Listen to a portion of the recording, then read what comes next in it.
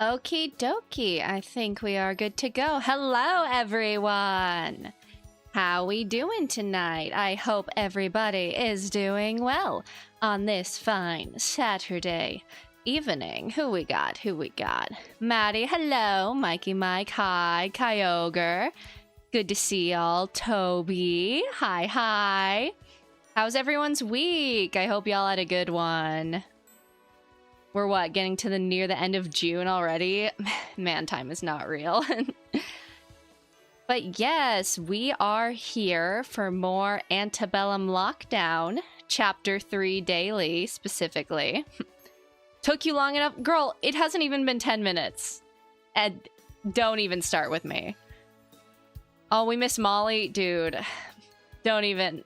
I miss Molly, too. Like, I wasn't fully on board with her at first, but at least in terms of, like, the character that she was amazing. And I really do think she did want to be better by the end. It just kind of, you know, didn't really work out because she got killed. But c'est la vie, c'est la vie. Anyway, we are doing Chapter 3 now, and... I don't know if anyone saw on the title screen scroll, but I'm doing a Lyra Chattel prayer circle because on God, my girl Lyra is not dying today. I refuse. And take all of Lyra Chattel's suffering and give it to Zeke. Like, I cannot lose her. So that's who I'm putting out my protective energy towards. But we will see. Let me see if everything's ready to go. I don't think I have too much preamble here. Lily, yeah, we're on it quick. Usually I do take a little bit longer, but let's see here.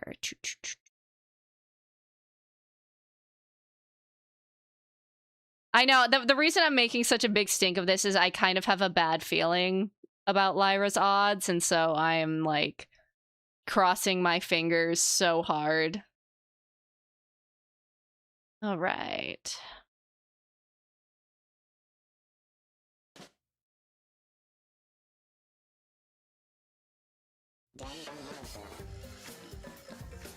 Can y'all hear that? You should be able to. Okay.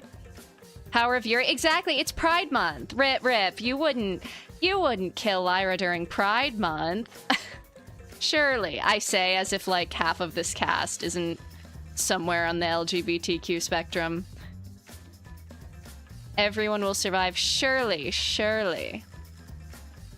All right.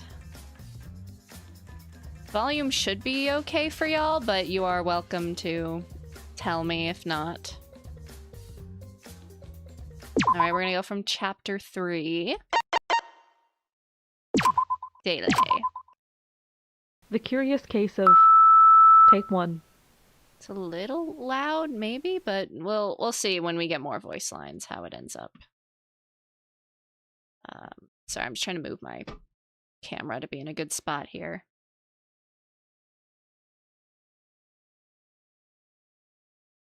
Okay. No, that's not quite right. Maybe? Whatever, I'll fiddle with it. Today, someone was murdered in cold blood, and their body was found lifeless and charred. That's not good. 6 suspects have been brought in for interrogation, with one thing uniting all of them. 6 people, you say? That uniting factor being that all of them, whether they wished to or not, needed to kill someone. It was the only way forward. However, only one was successful, but the rest must follow, else a terrible fate would await them.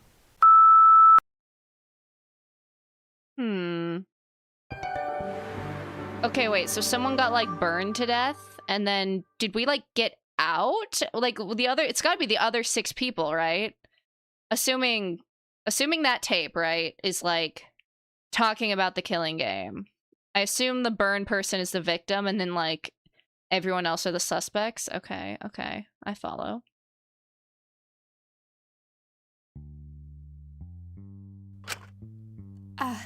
Is it on? Oh yeah, we have verdicts. I low-key forgot about that. Welcome back. Shorter break than last time, huh? Only a few weeks.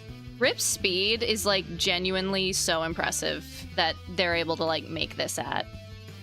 Things have been ramping up here pretty quickly. The prisoners seem to struggle returning to a sense of normalcy after everything that happened last time. I'll just cut to the chase. I'm sure you're eager to see what the prison is like now. That's not wrong.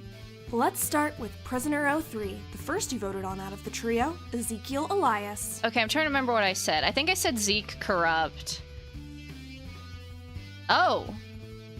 By 56.1%, he got voted worthy of redemption. Really? Oh, it's not his fault they decided to do all that. He was just being confident. What's the issue? He was just being immature. He didn't know they'd take it so seriously. All I heard was the exact same excuses that allowed him to get away with it for so long. No wonder he's so popular with you all. You think just like him. Being the big, strong, real man he is, your judgment means he's refused to take any of the blame for those he hurt. Oh god, he's gonna be so insufferable. No! He's actually gonna be so insufferable. Okay. He's bound together with another prisoner and assumes, similarly to them, that he doesn't deserve to be here in the first place. Because of this newfound belief, he has grown a sense of superiority over the others, believing himself to be on a different level to them. Oh god, okay. He's used this superiority to push down and belittle others that try to challenge him, somehow becoming even more confident at being unreasonably assertive. For how much shit he gave Ismene after her judgment, he's really not all that dissimilar. I just wonder if his newfound attitude will really keep the people he cares about close, or if it will just push them away. I mean, his confidence is already causing the occasional argument between him and O2. O2 is Lyra, yeah?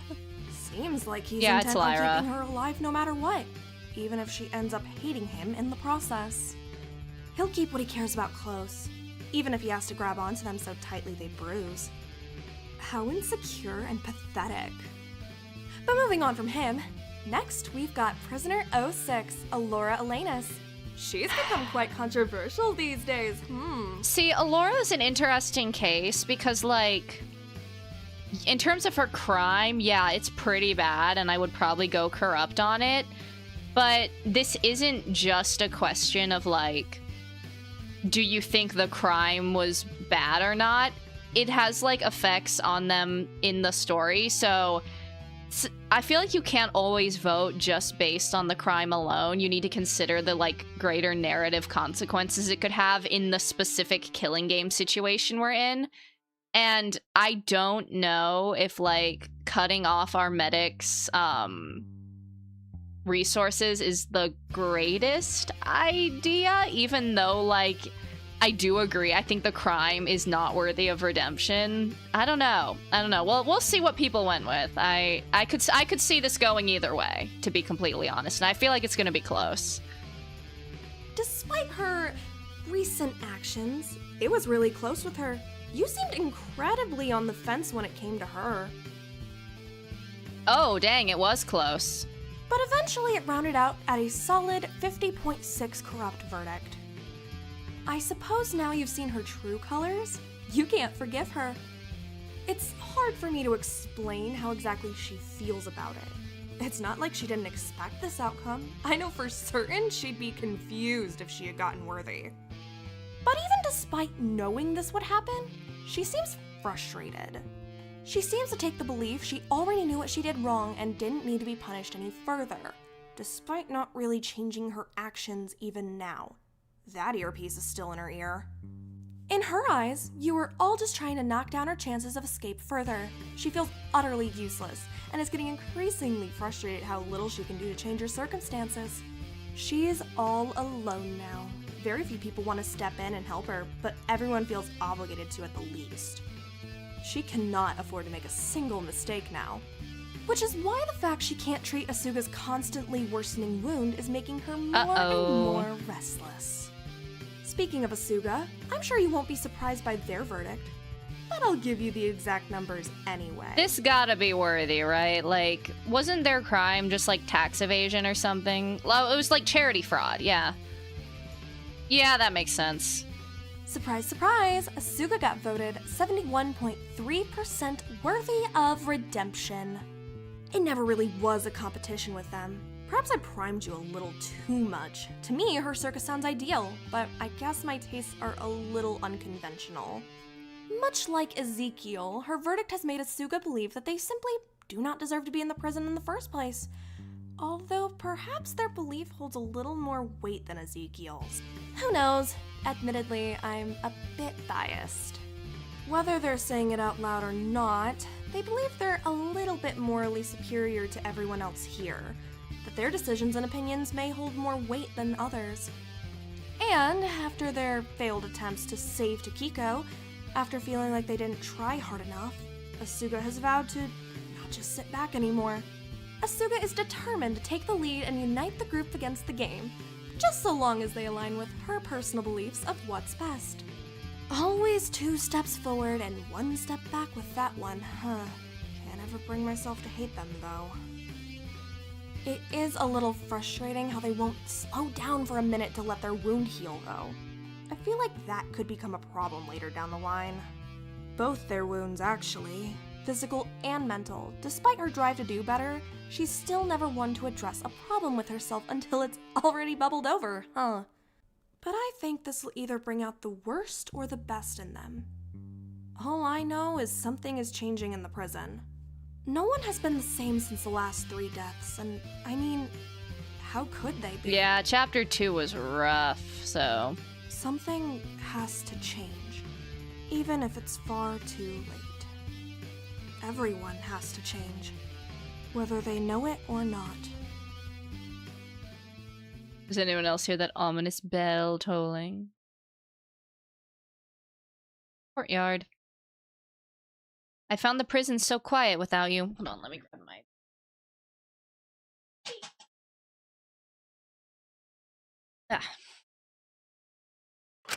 My days now seem to be filled with silent stares across the hallways.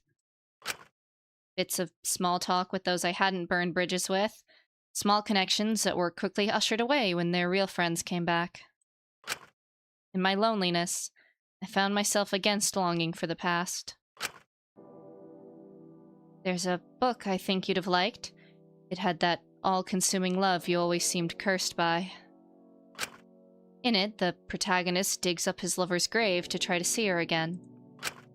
I always found the scene shocking and disturbing, but even so. These days, I wish I could just tear away the dirt and crawl in there with you. I don't even want to die. I just want to disappear. I just want to go back. I just want a chance to ask you about everything. To understand who you really were. I know I need to move on and keep going. But can you blame me for being so stuck in the past when it feels like there's no chance for someone like me? I'm sorry. I know we promised to move forward together. I just feel like I don't have the right to do that when you're not here. As I was sitting there, listening to the water slowly crash down into the pond, a small figure entered the courtyard. It's gotta be Asuka coming to see Taka, right? Oh, hey. Despite everything, Asuka gave me a small smile. They were at least kind to me when Ezekiel and Lyra weren't around. Asuka, are you okay? About as good as I can be. Just thought I'd pop in here to get some bugs for the frogs. Huh, you managed to keep them this long? Of course. I'm not just gonna give up on them, am I? Jeez. It's a little hard, you know? I have to catch all the bugs individually these days. I didn't realize how much effort Taka used to put into it. He'd always come tumbling into my room, fingers covered in dirt and all sorts. I'd make fun of him for not cleaning off before seeing the frogs, berate him and tell him he was gonna get them dirty. But I realize now it's 'cause he dug in the dirt himself for worms. Which is funny, 'cause he was always so squeamish. I guess he was just really determined when it came to those frogs. Right? And knowing how determined he was makes me want to do everything in my power to keep them alive, too. Asuka smiled at me. Despite all the tragedy that had befallen them recently, they still seemed so bright. How do you do it? Huh? Keep the frogs alive? Well, it's a bit of a handful, but it gives me something to keep going so quickly. So that's what's been weighing on ya, huh? Well, if you want to know my secrets so badly, Shinku. Asuka nestled themselves closer to me, pulling back the grass and collecting bugs in a little glass cup, not properly facing me. I haven't, really. I don't know how anyone could, but, you know. Now that everything's gone like that with Alora, people need me, you know? It would be selfish to just let myself mope around constantly. You're right. I should be doing more now that Dr. Elenius can't... Don't call her that. Doctors are meant to fix things, not make more messes. I thought they were being a little unreasonable, but I couldn't say they were wrong for feeling the way they did after everything. They sat back and looked at the pond for a moment, staying more quiet. I was doing the same. Sitting back and letting others make all sorts of messes. But I can't afford to just be passive anymore. To let everyone else get on with it. Hold on, I gotta grab something.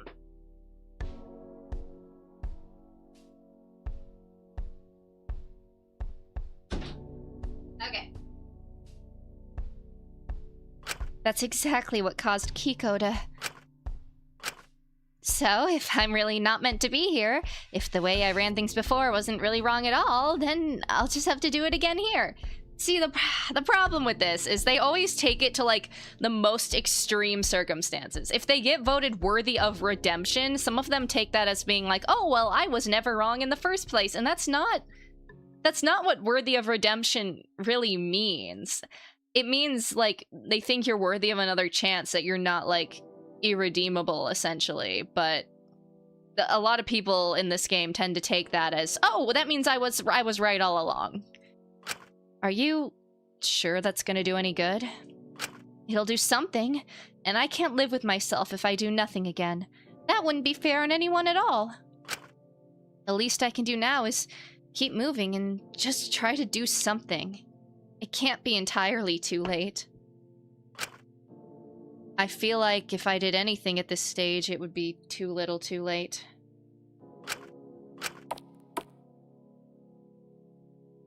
Before Asuka could say anything else, the click-clack of someone else's heels made its way into the room. Oh no, oh, it's gonna be awkward. Oh, Asuka, would you... She seemed to freeze up for a moment, looking at me sitting by Molly's grave. Her hands were full of flowers. Hey. Hello? Hey, what's up, Ys? It's not important. I'll tell you later. I don't mind stepping out if you need a chat. It's fine. Really. You two have fun. Oh, well... Before Asuka could finish, Ismini had already... I mean, look, Shinku, you kind of deserve this cold shoulder, I'm not gonna lie, buddy. Alright. Sorry about that. Jeez, you two are still fighting, huh? I don't think it's gonna get any better for a while. Well, if you want my advice, it's best to make things right sooner rather than later. If you don't, you might regret the time you didn't get to have with them.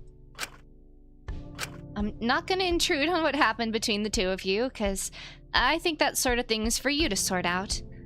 But the sooner you can start making an effort to mend things, the better, especially if they pull out another motive soon.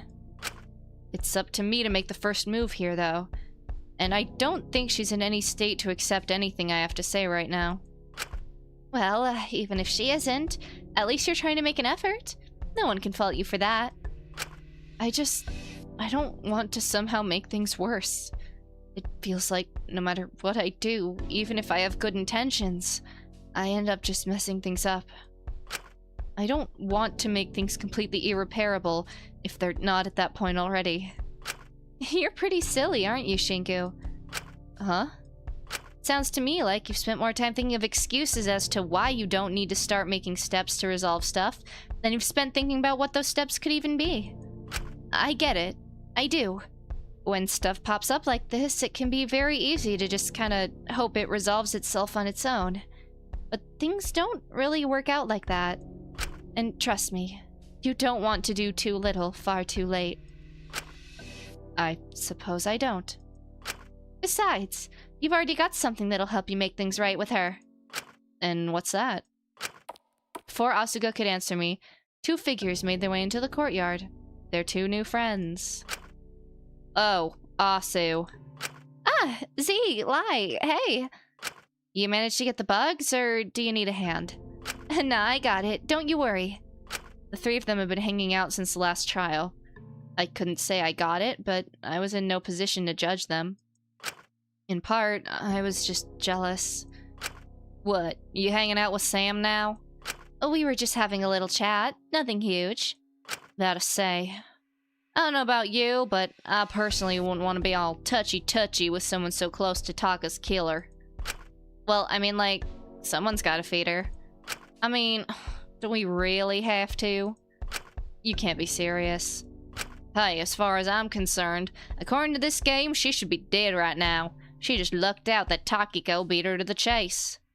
When did you start caring about the rules of this game? When they told me what I already knew. I don't deserve to fucking be here. You got an easiest case for doing the exact same thing. Oh, come on, that's an entirely different situation. She directly murdered someone. That makes her pretty damn guilty in my eyes. I didn't actually do shit. Just like Asu. We both don't deserve to be here. Okay, well, I don't know about both of us, Zeke. Yeah, whatever you say. Now, are you coming or not? I'm gonna take a lot of the infirmary to stock up on shit now Alora isn't there trying to stop us. You are? What? What's the problem? First I'm hearing about this. I thought you'd be on board, so I didn't mention it. I know you're high on your masculine energy right now or whatever, but I'd really appreciate you at least asking for my input before deciding what we're doing. Alright, I get it. I'm not gonna go all Isabel and power trip all over you. I'd never pull that sort of shit. I wasn't too certain. Ezekiel's verdict really hadn't done his ego any favors. He seemed to be doubling down on all his worst behaviors. Well, if we're heading anywhere, it might be good to check on Asu's wound. It's been a while since we changed the dressing. Oh, right. Sure. I'll catch you later, Shinku. Asuka hopped up and skipped over to Lyra and Ezekiel to join them, the three of them getting ready to go. New trio spotted. Yeah, I mean, kind of a crazy trio, but I like it. You should try voice acting for something. Thank you! I wish I had more time, honestly, to put into voice acting, but I am in something that's coming out later, so I'll be sure to promote that when it comes out. This guy's gonna be a menace. Dude, it's gonna be so bad. Wait, Asuka, you still haven't told me. What's the one thing I've got that'll help make things right with Ys? The ringleader turned around, a small smile curling on their lips. Isn't it obvious? You care about her. And before I could say anything else, Asuka left with Zeke and Lyra. They were right, and I knew it. If I didn't care, I wouldn't feel so awful about this.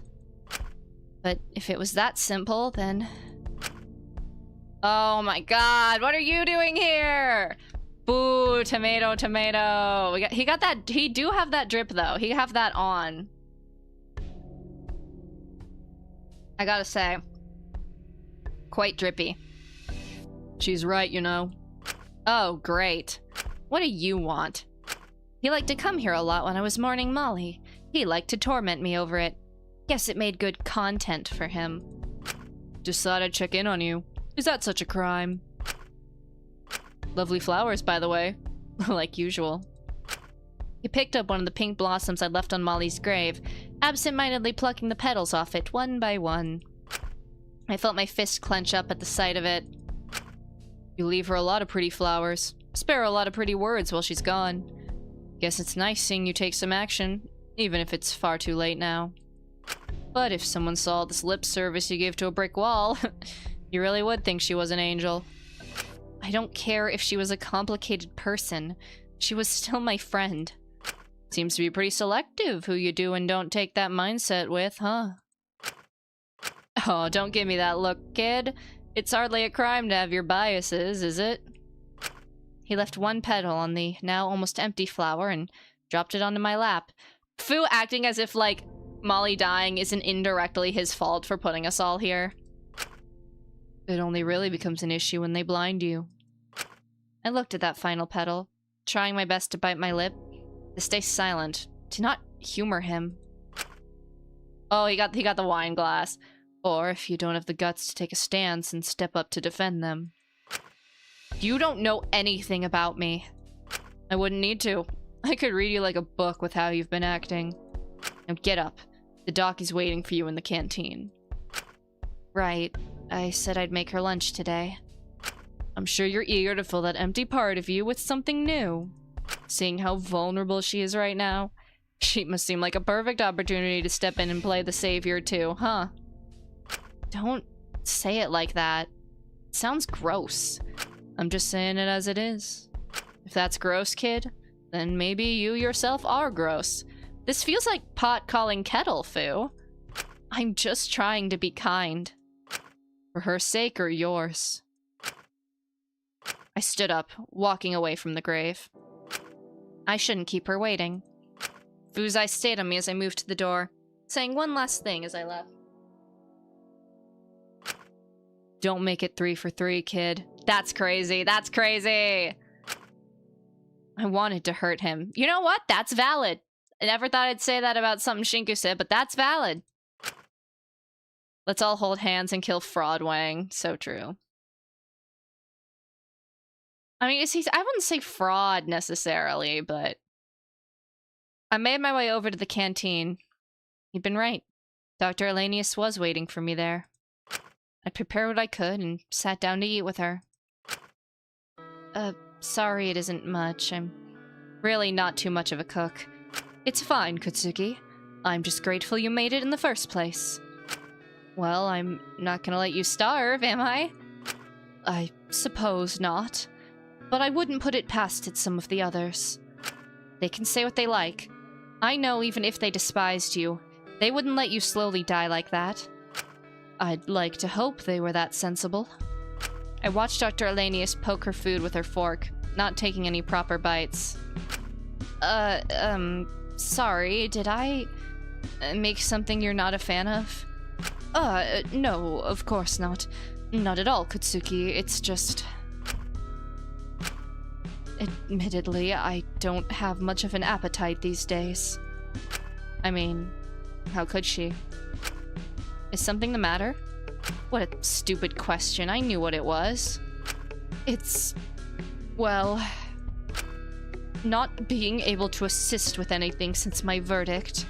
Not being able to do anything. I just feel utterly useless, Kutsuki. Maybe if I could still help, maybe if I could try to do some good here, it might at least make me feel like I have some reason to be allowed to keep on living. But as it is, I feel like I'm only alive to live with what I've done. Don't look at me like that. I don't deserve pity as it stands. It's a miracle in itself you're even giving me these brief moments of company. But I don't need you to take care of me or to try to get it back. I can manage this on my own. And I certainly don't want to drag you down with me. I kept on thinking about what Fu said earlier. As nice as it would be to put to feel better in the short term, I couldn't polarize myself from the group like that. I couldn't just use Dr. Elenius to make myself feel better about everything. To fill in for what was gone. Alright, I trust you. I'm sure you will. I'm just sorry I cannot be more useful right now. I admittedly don't know what to do with all of my time now that I don't have any escape plans I can work on. You're not, like, chatting it up with your Lilith, or... well, I'm sure you can find something to do.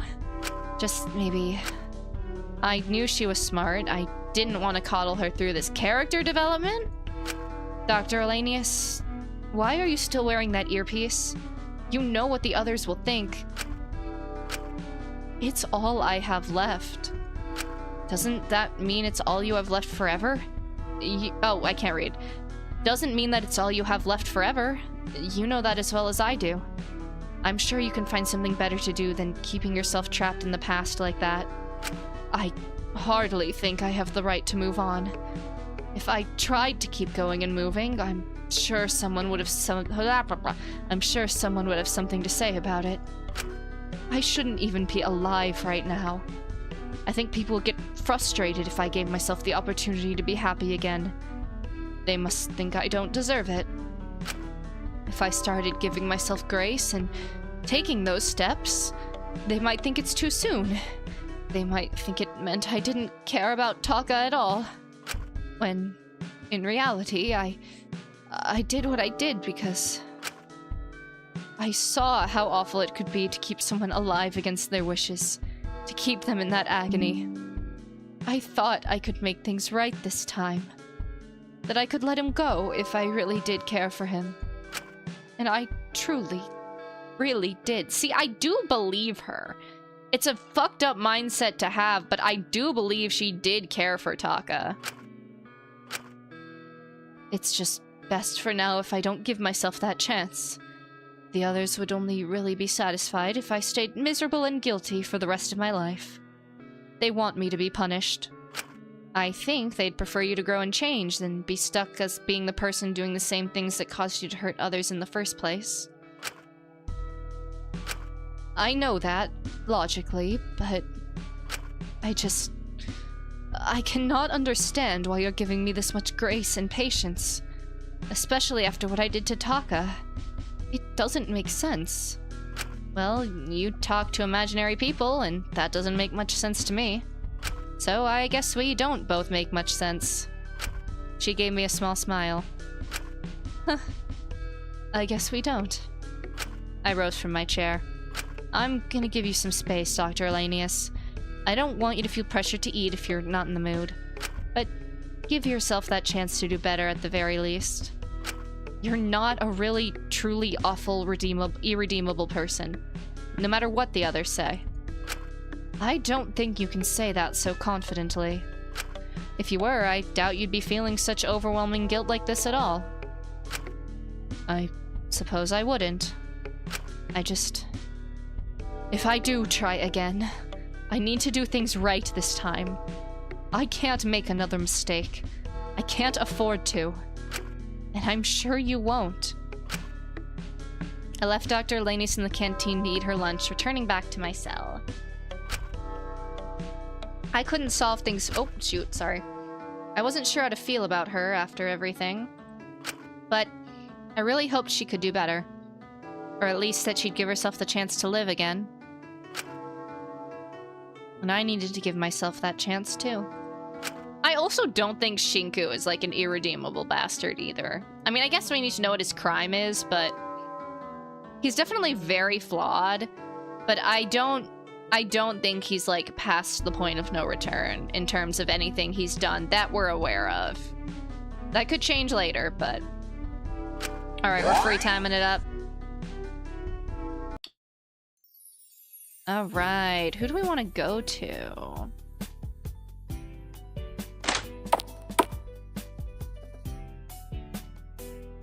Oh, wait, doesn't this mean we have a fetch quest? What's up? Oh, she's not— oh, it's Fu. Fuck. Looking for some company, kid? If I was, it wouldn't be with you, I can assure you of that. Aw, don't give me that tone. Haven't you heard of networking? Maybe you could try to get something out of me. I doubt that. I'll tell you what. Let's strike a deal. No thanks. Not even hearing me out, huh? I see no reason why I should. I'm not letting you have any more leverage over me than you already have. Guess you really haven't changed at all. Always taking the easy way out. Okay, look, Fu, I'm on Shinku's side here. You can give people a lot of pretty words, but when it comes to stepping up and becoming uncomfortable to help out the wider group, you always run away, huh? How long are you gonna keep doing this? Is it such a crime to not want to be hurt? Man up. Well, if you want to step up and do something for once, let's make a deal. You can find some cards. How's about we play some poker? If you've got more chips by the end, I'll answer one question. Whatever you want. And what if I lose? Then you'll answer something I have to ask. What's the point? If you're the one behind this, you clearly already know everything about me. I just want to see you admit it. So, do we have a deal or not? I'll have to think about it. First step would be finding some cards if I want to play. Maybe someone has some in their cell? Okay. Who would have cards? I'm trying to... maybe Asuka? Let's try Asuka. Hey, Sugi. Froggies. Do you have cards?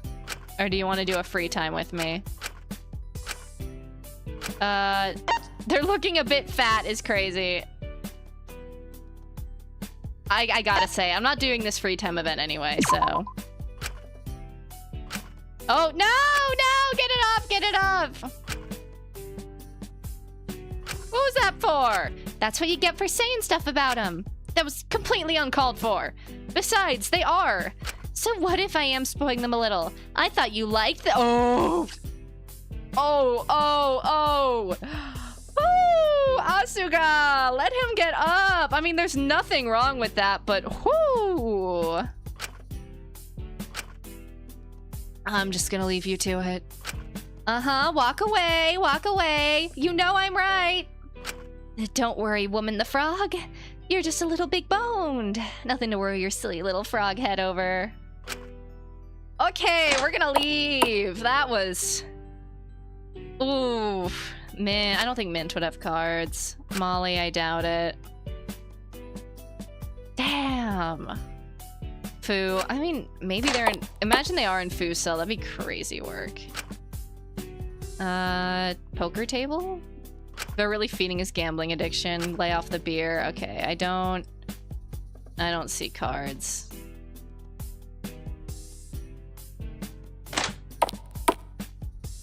I didn't even see... Oh, is Meanie? I mean, I don't think so. It's probably not gonna be someone who's alive, right? It's probably gonna be, like, a dead person. Oh, Taka. Okay, it's locked.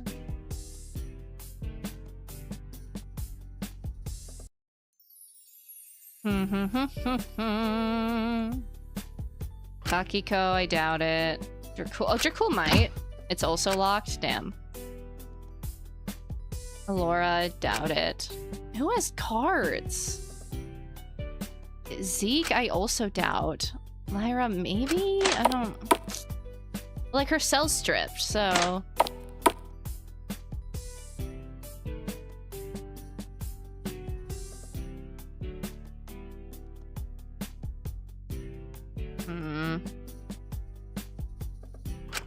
Fu, where are your freaking cards, bruh? Checking some cells. No, Okay, it's in one of the cells. Let's just systematically... Okay, can't go in Taka's, it's locked. Ismini, okay, let's strip search Ismini's cell. I can't even speak. Okay. Half-finished essay. Statue. Another statue. A tablet. Wine. Drawers. Oh, that's sad. Torn up pictures.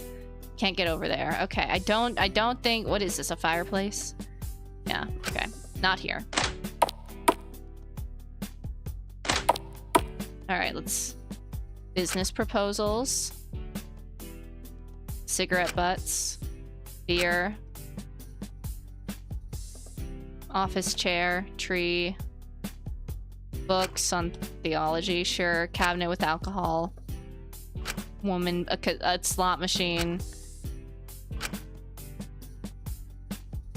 Advertising, okay. Not down here. Suits and ties. Family photo. Oh, is that it? Where are these freaking playing cards, bro? I want to do the favor. But I don't want to spend the next, like, 20 minutes looking around the rooms.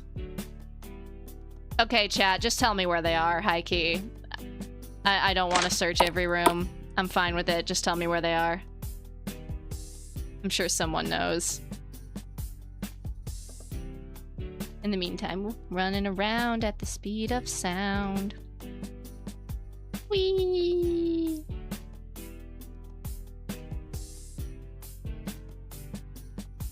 Gotta be one of the cells. Is it in our cell? It can't be. I truly do not know where they are. The desk, they are in Foo's room? I looked everywhere. They are in Foo's room on the desk. The desk tile next to the chair. Oh, okay. So it's not... That's actually crazy. It's not this tile. It's this specific tile. Rip, that's evil. That's evil. How is anyone supposed to find that?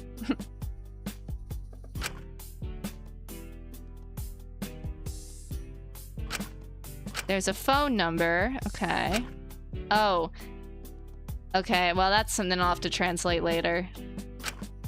Oh well, I shouldn't think about it too hard. What do you mean? What do you mean I shouldn't think about it too hard?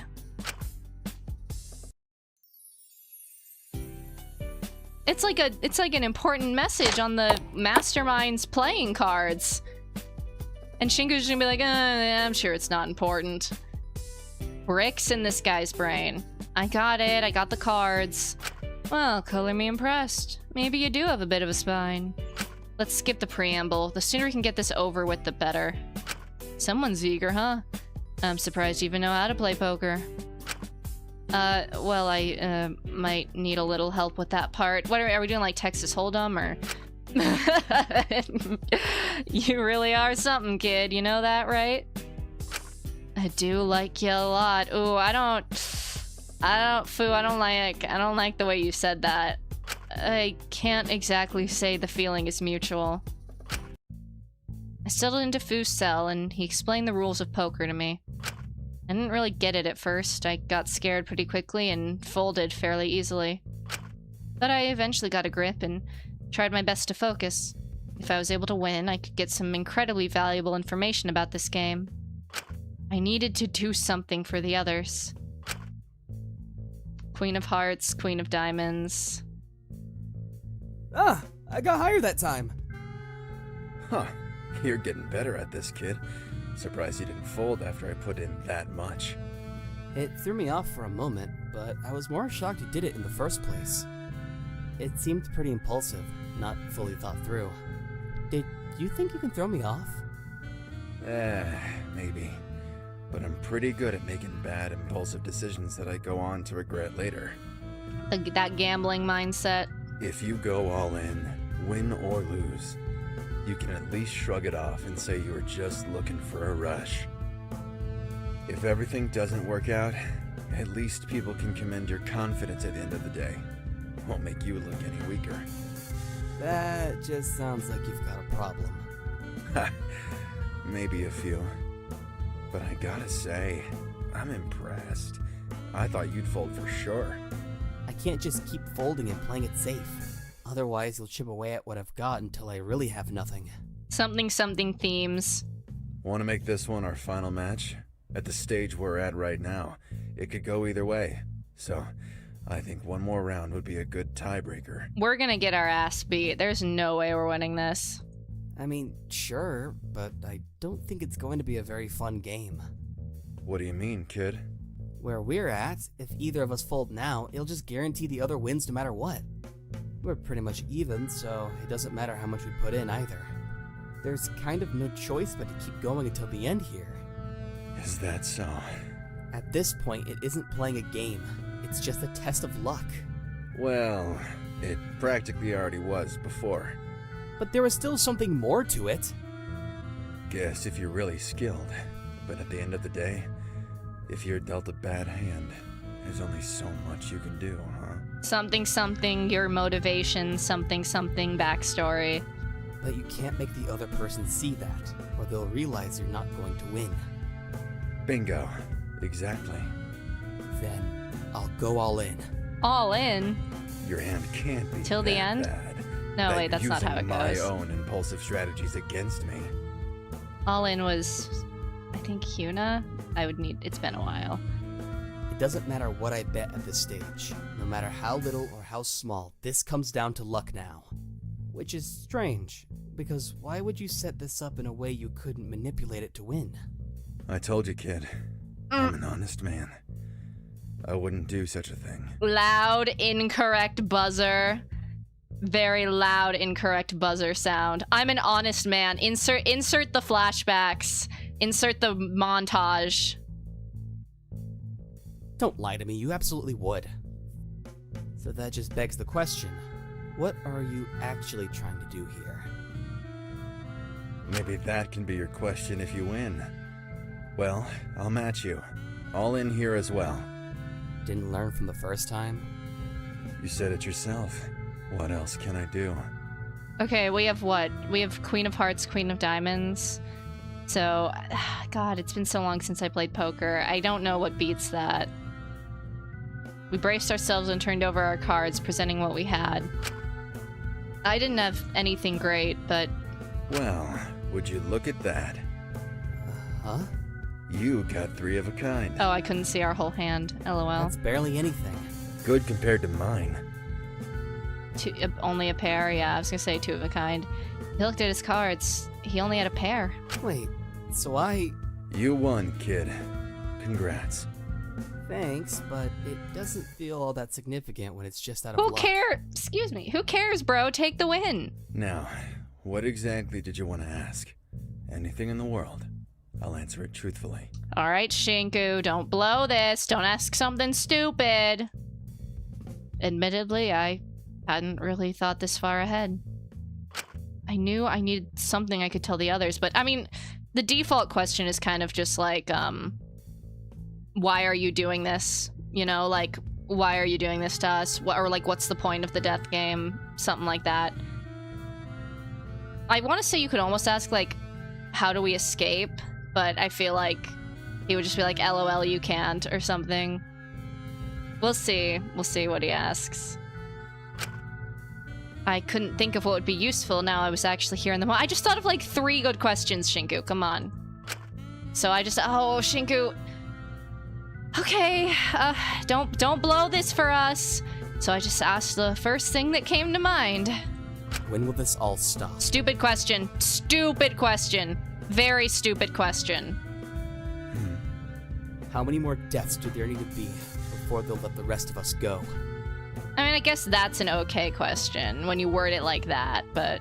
Are you asking how many of you will be left alive at the end of this? It's still not the best question you could have asked. Pretty much. Boo diverted his head, and regretfully he let out a long sigh, avoiding eye contact as he gave me the answer. 1. 6543. So you're expecting 3 more cases? That ain't happening. Unless someone wins. Only one of you can make it out. Did you win, Fu? Is that what happened? Did you win a death game? And that's why you're doing this? You got like recruited?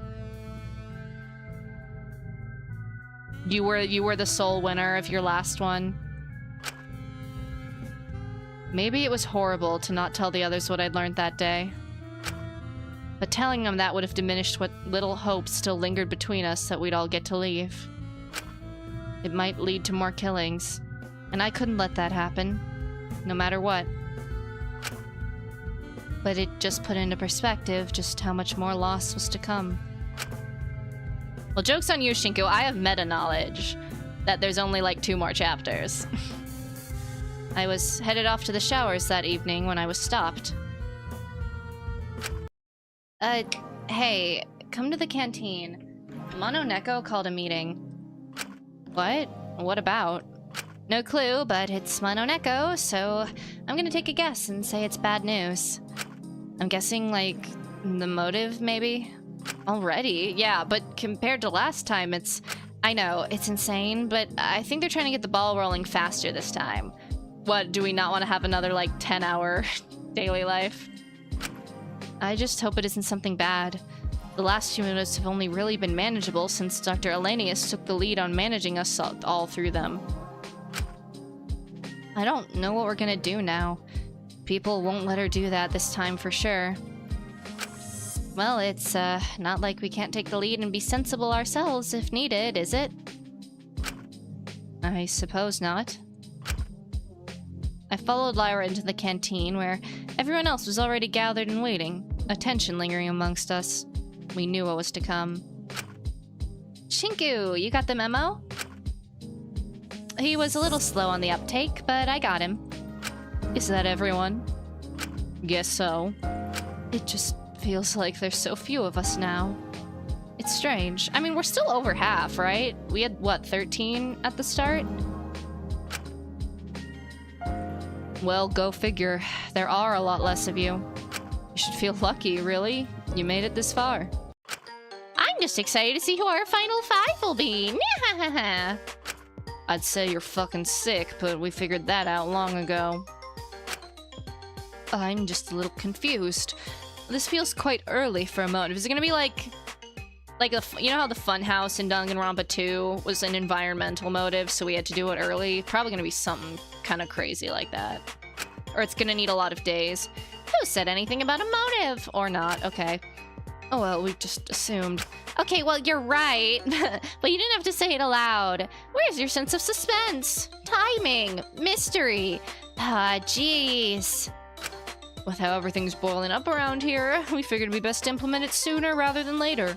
Or else you might do it without our input. And that'd be no fun, would it?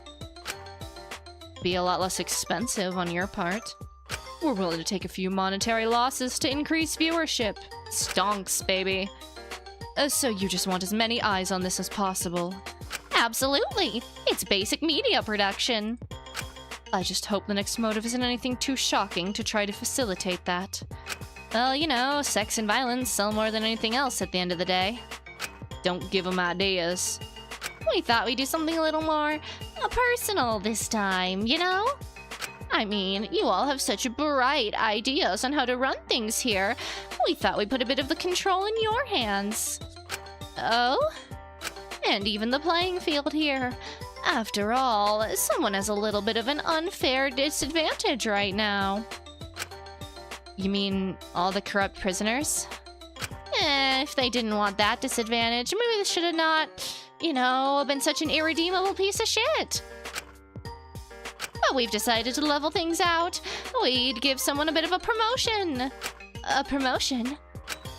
Mononeko hopped into one of the countertops and held a small badge in one of their paws.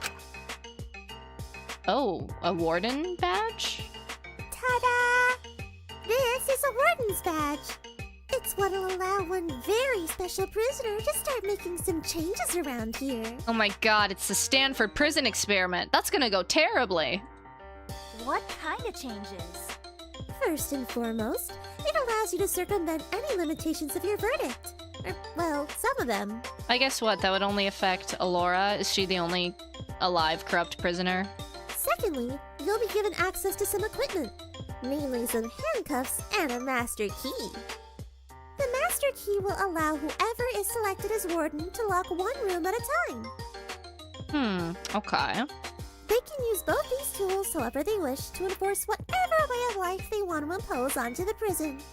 Oh god, who do we give that to? Do we get to choose? Are we gonna spin a wheel? How does this work? Majority vote? What? Majority vote would be like the most interesting, I think. And lastly, every day starting tomorrow until a murder, they'll get to choose between two conditions to be permanently placed over the prison. Oh god, okay. Permanent. Well, at least until the next kill. The rest of you can try and plead and reason and advocate for what you want. But ultimately, our stand-in warden will get the final say. And who exactly gets to be the stand-in warden amongst us? You're keeping this all dreadfully vague. Well, considering recent events means they'll want to take any sort of advantage they can get. Your stand-in warden will be... Prisoner 06. Oh, God. Alora Alenius. You know what? Not the worst choice. And maybe that's a hot take. Not the worst choice. What? What? Oh, hell the fuck no she isn't. I'd suggest not taking that tone with her. She could detain you at any point now. Just some advice. Might not work out for you in the long run. I don't give a shit. I'm not having a murderer tell me what to do. Pot calling kettle black there, Ezekiel. This is completely different, and you know it. Well, I mean, you don't have to listen to her. Just don't complain to me if you end up handcuffed and locked in your cell.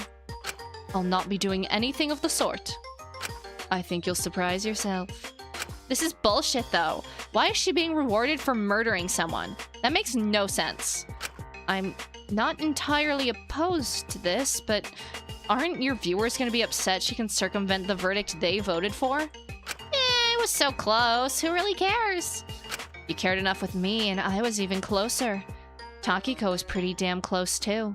Blah, blah, blah, blah, blah. I don't know why you bother arguing. It's not going to change anything. Besides, she always took the lead on the other motives anyway. What's really all that different now? Well, either way, the power's in your hands now, Alora. What you decide to do with it is up to you. We'll gather you all here again tomorrow so your wonderful new warden can make her first condition decision. Let's try to get on her good side before then. Good luck! Yeah, I thought it was gonna go to Asuka, but... The cat scurried away and Fu drew back, sitting down and observing our discussion as he took a drink, watching Dr. Elenius slip the warden's badge she'd been clutching into her pocket. Oh, this is such bullshit. I am worried for Alora's safety now, but... I mean, it could be worse. I guess it depends what the conditions are. Rest assured, I'll try my best not to abuse this. At the end of the day, our collective survival is my main priority. Oh, shut up! You're just gonna use it to save your own skin. This just feels unfair. I mean, yeah, it is unfair, objectively. Well, I'm certain she won't use the handcuffs or lock off any rooms.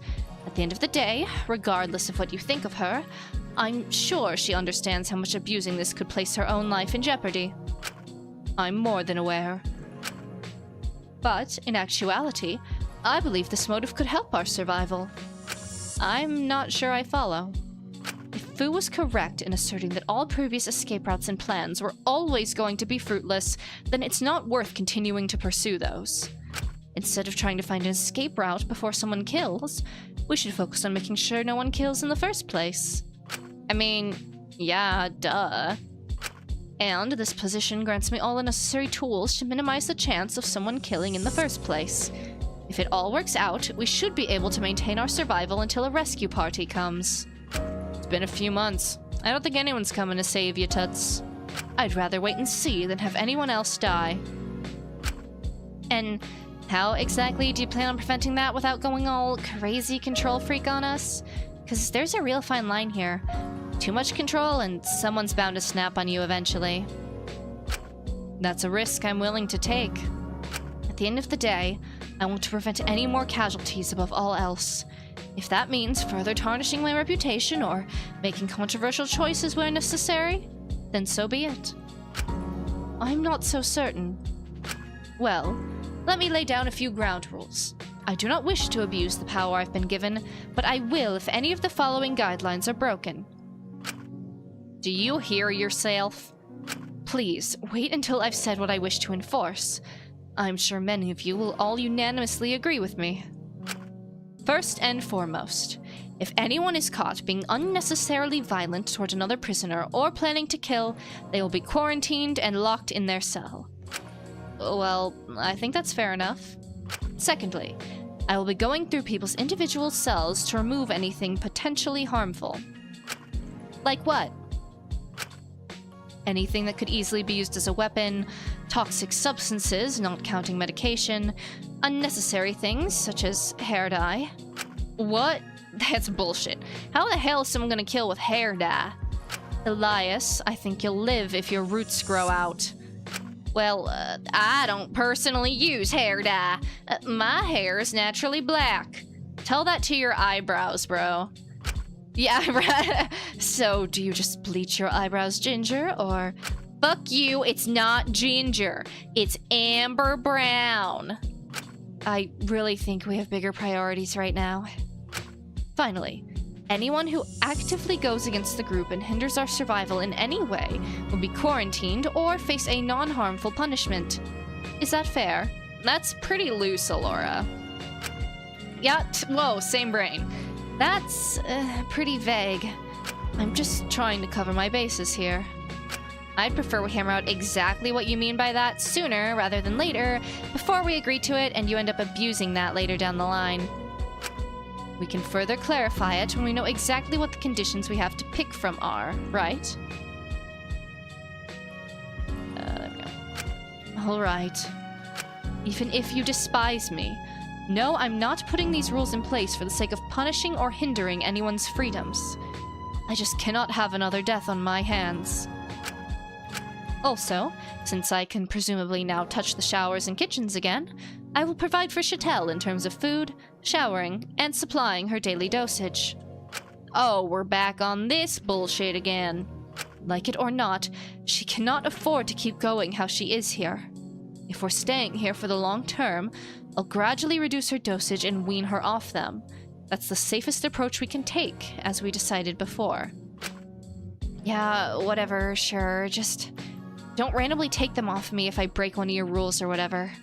La, you can't seriously be agreeing to this. Right now, I need to be as steady as I can be. I'd really prefer if it wasn't her helping me here, but I need to get off of them. Huh. You said that last time, but those withdrawal symptoms. No one can blame you for getting back into regular usage after Alora got corrupt. I really think this is the sort of thing you should sort out after the game. I wasn't aware she fully relapsed after I stopped monitoring her. Well, we didn't have to let everyone know that, but fuck me, I guess. Elias, Chatelle, I think it would be for the best if you two stay in separate cells for the foreseeable future. What the hell? I cannot monitor what the two of you do while you're alone, and I cannot control what Elias gets access to. Right now, we cannot risk Chatelle relapsing again, especially with how infrequently the medicine storage is being restocked. Our current level of consumption is not sustainable. That's the reality here. I don't care. That's no good reason to separate us. Right? Like, sure, whatever to the other stuff, but that feels excessive.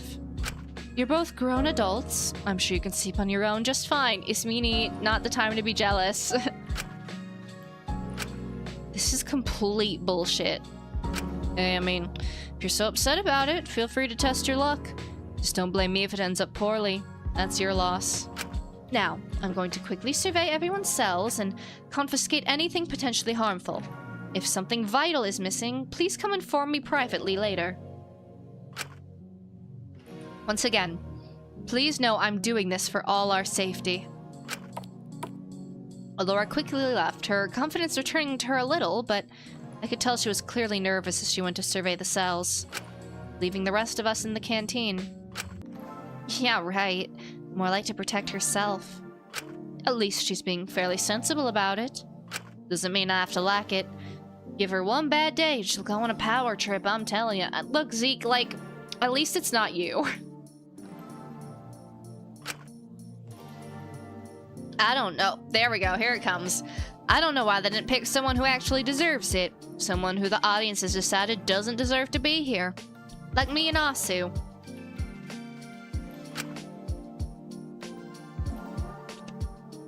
If you'd recall, I'm also worthy.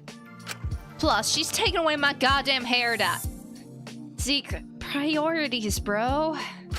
I thought your hair was all natural. Shit, I mean, Laz hair dye. Girl, you're not fooling anyone. Be so for real. Either way, let's see how things go for now. It's probably best we all stick together and keep touching base through all this. Yeah, absolutely. The last thing we need right now is to be divided. I'm happy to collaborate, but I'm not exactly all that keen on playing house. Don't worry, no one was gonna invite you anyway. Zeke, Right, yeah, collaboration and friendship and all that shit. We should probably get back to the cells. I trust Dr. Elenius to not be unreasonable about what she takes, but it might be good to oversee it just in case. Right, yeah, good idea. I really think someone in the Asuga Zeke Lyra trio is cooked. Maybe this is my bias talking, but I think Zeke has the greatest chance of dropping. We'll all meet up later, okay? Oh. Or it could be Fu. I could see Fu going here, to be completely honest. Not you, Gramps, but I think that's less likely. Hey, come on, I'm not that old. I won't give details now, because a certain someone is here. But trust me, I've got my own plan to deal with this motive. We'll be alright, no matter what. Even if she does get controlling or paranoid. Which, hopefully, she won't. But it's better to be safe rather than sorry. Certainly. We'll catch you later. Take care until then. Lai, Zeke, come on. Let's grab a bite to eat, then head back to the cells. I don't trust how Asugo's like, oh, don't worry, I have a plan. Is it gonna be... I'm gonna kill Alora. No, I wonder, like, if you steal the badge or some shit. Aye, Captain. I wonder if you steal the badge, it could, like... Thank God, get Lyra and get Shinku in there, and that's crazy. That's crazy. I mean, like... I don't know, I don't see Shinku and Zeke working out very well, in my humble opinion. Honestly, Shinku and Molly was kind of my favorite. I didn't particularly want to be left alone with this meanie right now. I knew that'd be awkward, so I took that as my cue to return to my cell. I checked around, and I couldn't find anything in particular that was noticeably missing. Not that I had anything all that dangerous in my cell to begin with. So, after my checks, I settled down a bit. Free time!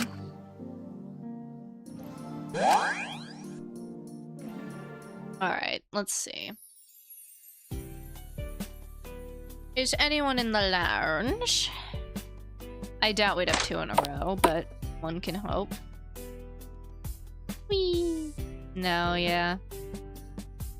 Let's see. I really do want to do Alora. Asuga. Mint. Alora was what, like...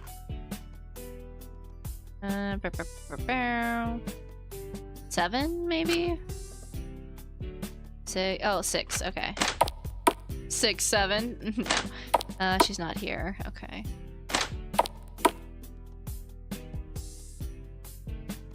Where is Alora?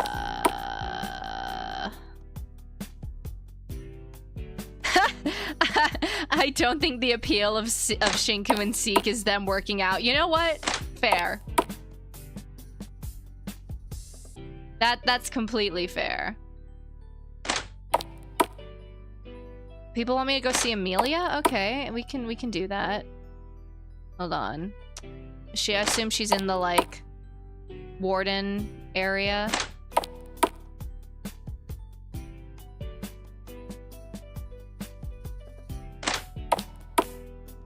If I can remember where that is. Warden's office. Hello. What the hell do you want? Sure. What voice did I give her? I guess I'll just kind of go with one close to what she sounds like. I don't know why you keep bothering me. What do you want? I just want to talk to you. Try to understand you. Well, you're not getting anything. I thought I made that more than clear. Really? Nothing? You can't even tell me your favorite color? Is it not fucking obvious? Yellow? Oh my god. I'm just curious. It's better you don't know anything about me. But you know everything about me. That can't be fair. The whole situation isn't fair and you know it. Live with it. Just one fact about yourself. That's all I'm asking for. Will it get you to leave? Of course, if that's what you want. I like cats. I mean, yeah, mono neko. That makes sense. Especially scruffy little strays with bobtails. Or black cats. I like black cats a lot. Their piercing little yellow eyes and pupils that look like those Tapa Boba pearl things. That's why they made Mono Neko a cat. Thought it would help me settle in better. There. Is that enough for you? That's really sweet, actually. It'd be pretty fucking sweet if you could get the hell out now. Right, of course. I'm going.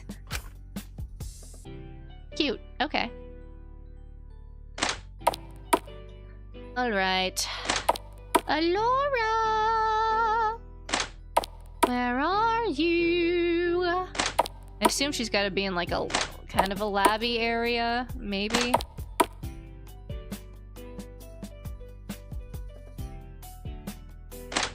I do wish this was like, oh hi, it's Mimi. I do wish this was like Danganronpa where you could just pull up a map and see where everybody is, but alas.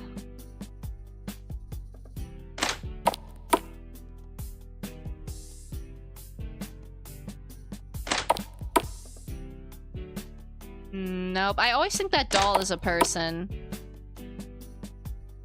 I don't think she'd be in the showers. Hey, Lyra.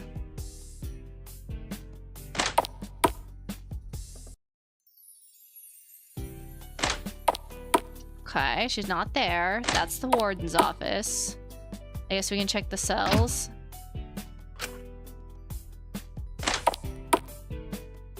Nope. Nope.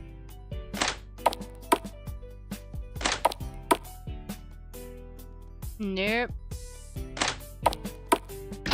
Oops. Nope. She's not in our room, I'm sure. Oh, there she is. Hello. Dr. Elanius? What are you doing here, of all places? Ah, Kutsuki. I apologize. My searches are almost over. I wasn't expecting to find much in Chatel's cell, especially considering how much time she spends in Elias's, but I suppose I was just surprised at how well maintained this plant is. She's clearly put a lot of care into it. That's a little strange. She isn't exactly the most careful person. It's weird that she was so attentive about this. Perhaps I misjudged her. Maybe me too. Anyway, how are you feeling about oh, I should have saved! God damn it, what if I fuck up? It's fine. I'll find a way through it. I just hope, no matter what happens, people will at least have enough faith in me to know I only wish to help. I'll always trust you. No matter what decisions you make, I'll always trust you have the best intentions in mind. Kutsuki. Felt horrible when I thought I killed Molly. I can't imagine having to live with that kind of feeling forever. So, even if I can't do much, I want to make things a little better for you. However I can. And if trusting your judgment here is what will make things easier, then I'll do it. If you do wish to help, honestly, well, what I've been struggling the most with recently is loneliness. It's strange, not having him constantly rushing up to me to talk about anything, really. So, if you could stay and humor me for a bit, I'd really appreciate that. Of course. Thank you, Kutsuki. I don't want to leave you alone. I was admittedly a little apprehensive to approach Dr. Elanius after her verdict and everything that had happened. On one hand, I couldn't help but pity her circumstances and try to help her. On the other hand, that didn't particularly go well the last time. Perhaps I was just apprehensive I'd use her to fill in for someone else. Or maybe I was scared that if I saw who she really was, I'd lose all respect I still had for her. Still, I knew keeping her entirely alone would do her no good. So, despite everything, here I was, talking to her, even if it might sour the others' opinion of me. Kutsuki, I do appreciate you wanting to spend time with me. I honestly just wanted to see how you were doing, considering, well, everything. Well, I certainly could be better, I imagine. Getting hit with that verdict on top of everything else must have been difficult, to say the least. I suppose it's nothing I didn't expect. I just thought I'd done enough that people would know I really did just want to help here. I know what I did was wrong. It's ethically reprehensible, I'm well aware of that. It didn't need to be reaffirmed to me like it had to be for Yuzuki or Taka, but it is the audience at the end of the day. Our suffering is why they're tuning in. Perhaps being so determined to try to make life here bearable is exactly why they wanted to stop me. Sorry, I'm just fixing something on the mic. Okay. I think if you keep dwelling on why things are the way they are with the audience, you'll drive yourself insane. There really isn't much consistency in how they vote. Besides, it's not like you're ever gonna get a clear answer, unfortunately. Everything is driving me insane these days. I'll admit being more limited in what I can do to help has made me restless, to say the least. Maybe it's a good thing you're not able to do much. I think Fu already made it more than obvious most of your previous plans would inevitably lead to dead ends. You don't need to remind me, Kutsuki. I'm just saying, after everything that happened, maybe you do need to take a little bit of time to reflect and think on things before throwing yourself back into work. Putting so much pressure on yourself was part of what caused you to... I could not possibly stop now. There really is only so much you can do. Then I will do all of it, and once I've done that, I'll find more to do. There's nothing else I can do. And if anyone here would accept me once again, even be willing to talk to me after what I've done, what's the point of getting attached to anyone again? I thought I'd have changed, that I could be trusted. I never expected Taka to get so close to me, but I tried not to overthink it. I thought, this time, I could do it all right. But it's not like you made the same mistake again, Dr. Elenius. You clearly learned that I learned the wrong lesson. In the end, it never was really about prolonging someone's suffering for my own personal gain. My real mistake was not listening, assuming I knew best. And you're doing the same thing here now. You're assuming you know what's best for yourself and shutting out anyone or anything that might help. Well, at least it's only me that I'll be hurting when the consequences for my own decisions fall on no one but myself. So, please, Kutsuki, do not feel as though you have to placate me. I've made my choices. I've got no one to blame but myself for my current position. Sorry, I almost knocked over the microphone. But I don't want to leave you like this, and I truly don't want to hurt anyone else.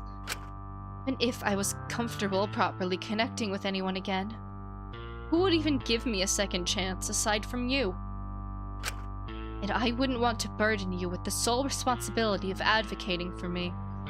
Your relationship with the others is tenuous as it is. I don't wish to further complicate things for you. I guess, in part, I also wish to keep my distance. I didn't want to make the same mistakes again myself. Dr. Elenius was no fill-in for anyone. She was her own person. But I wasn't certain if she even really knew who she was as a person. She spent so much time building her image of someone composed and reasonable, only to be quite childish in the end. I couldn't help but feel both pity and apprehension for her. I understand that, but that's final, Kutsuki. If you push us all away like this, you're gonna become more and more reliant on that silly earpiece. You know that. That's fine. I don't think the others will find it fine. Well, both them and the audience can't possibly think any worse of me. Everyone knows just how pathetic I really am. There's no point trying to exhaust myself trying to hide it. Right now, I know what I need. I know what I deserve. That somehow worsens everyone else's opinion on me, then so be it. It wasn't ever going to get better anyway. I disagree. If you showed you were trying to take steps, then, well, that's your opinion. I spent months trying to be as sanitized and reasonable as possible. I really did not wish to make the sacrifices I'd made outside of this game within the game as well. I understood in part this was a deeply human situation, and I needed to approach it from a human perspective. Perhaps I let myself be too human, too emotional, but even at my best, the worst parts of me still made themselves more than clear eventually. Nothing I'd done before this point made up for who I am as a person. I know how I'm perceived now. I cannot recover the image or trust I had before fully, no matter how many steps I take. But isn't it better to at least have some of it back? Gain it back steadily? I just don't have the time. I don't know how much longer I have left, and in my eyes, there's only one way I can begin to make up for all the mistakes I've made. And what would that be? Ensuring somehow, despite everything, I'm able to get everyone out of here alive. But once again, with your current restrictions, that's practically impossible to do alone. Improbable, but not impossible. I will find a way. That's all I can do. Do not care what I have to do to achieve that. As I said before, my reputation cannot get any worse. I hope this wasn't turned into, like, Alora trying to pull a Kaede and, like, kill the mastermind. If I'm further ostracized, or if everyone ends up resenting me for what I have to do to achieve that, then I'm fine with that. You'd seriously be fine with us all hating you?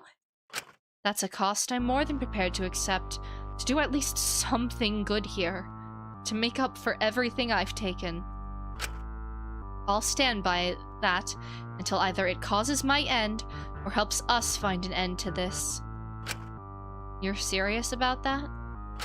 Absolutely. It's okay to just let yourself be weak. No one will fault you for that after everything.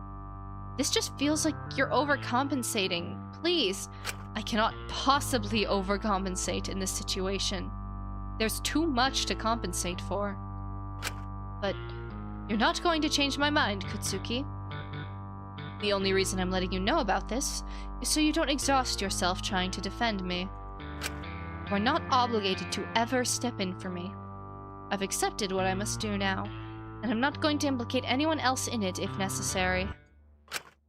All this to say, I believe it's for the best that you stay away for now.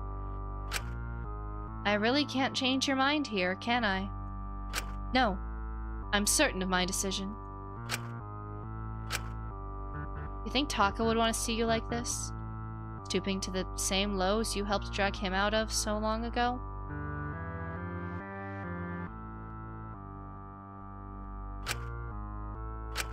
I hardly see how that's relevant here. I should get back to trying to establish possible other avenues to prolong our safety. Do let me know if you need anything, Kutsuki. Let's try to keep it professional from now on. It's sort of hard to do that when I've seen how unprofessional you really are. But until she lets herself be like that, we'd made no progress. I was admittedly very concerned for her, but I knew in the end there was only so much I could do. I just hoped she wouldn't do anything incredibly severe in a vain attempt to get us all out. I really did want the best for her, despite everything. Maybe I just wanted to see someone else who had also made mistakes not repeat them again. Maybe, even if I was not intending to. I was filling in for you a little in your absence. I really do apologize, but it's hard to keep my promise without you when we weren't meant to grow together. Now, me and Dr. Elanius were both alone, trying to navigate things without a light to guide our way. I really was just as pathetic as her. Good free time event, though. Great FTE. Alright, I think this is a good spot to take our break, so you all know the drill. Go to the bathroom, get a snack, get a drink of water, do whatever y'all need to do, and we'll be back in just a few minutes.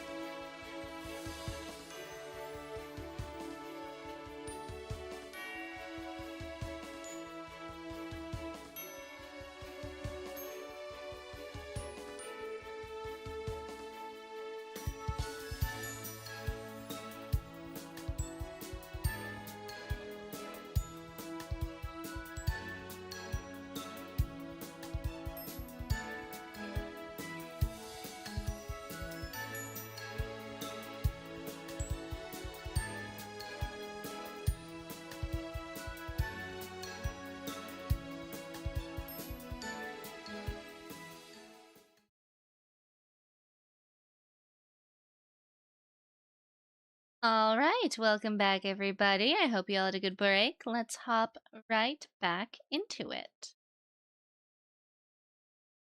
I was just getting ready to settle into bed and slip into my pajamas for the evening when I heard a small knock at my door. Okay, place your bets, y'all. Who's this gonna end up being?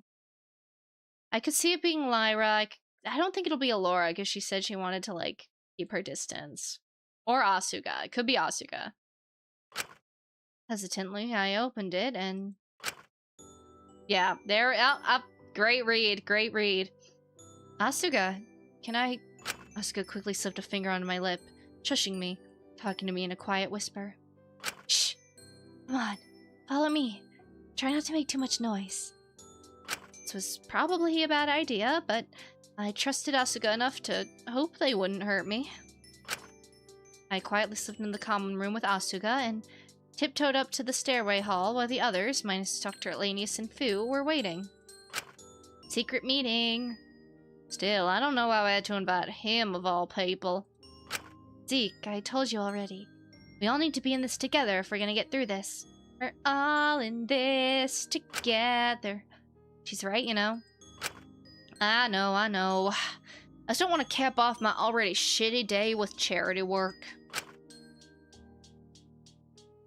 What exactly is the charity work in this scenario? Dealing with you and Sam. Duh. What exactly did you need me for? It's pretty late. Oh, right. Let me explain. Even if Alora isn't doing anything malicious yet, it doesn't mean things are always going to be that way. You know what it's like with people in power. They get a taste of authority and they just can't stop exploiting it. Your crime was... you know what, I'm not even gonna ask.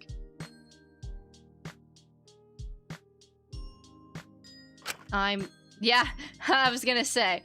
I'm not gonna say anything here. Best I bite my tongue here about the irony of Asuka, of all people, saying that.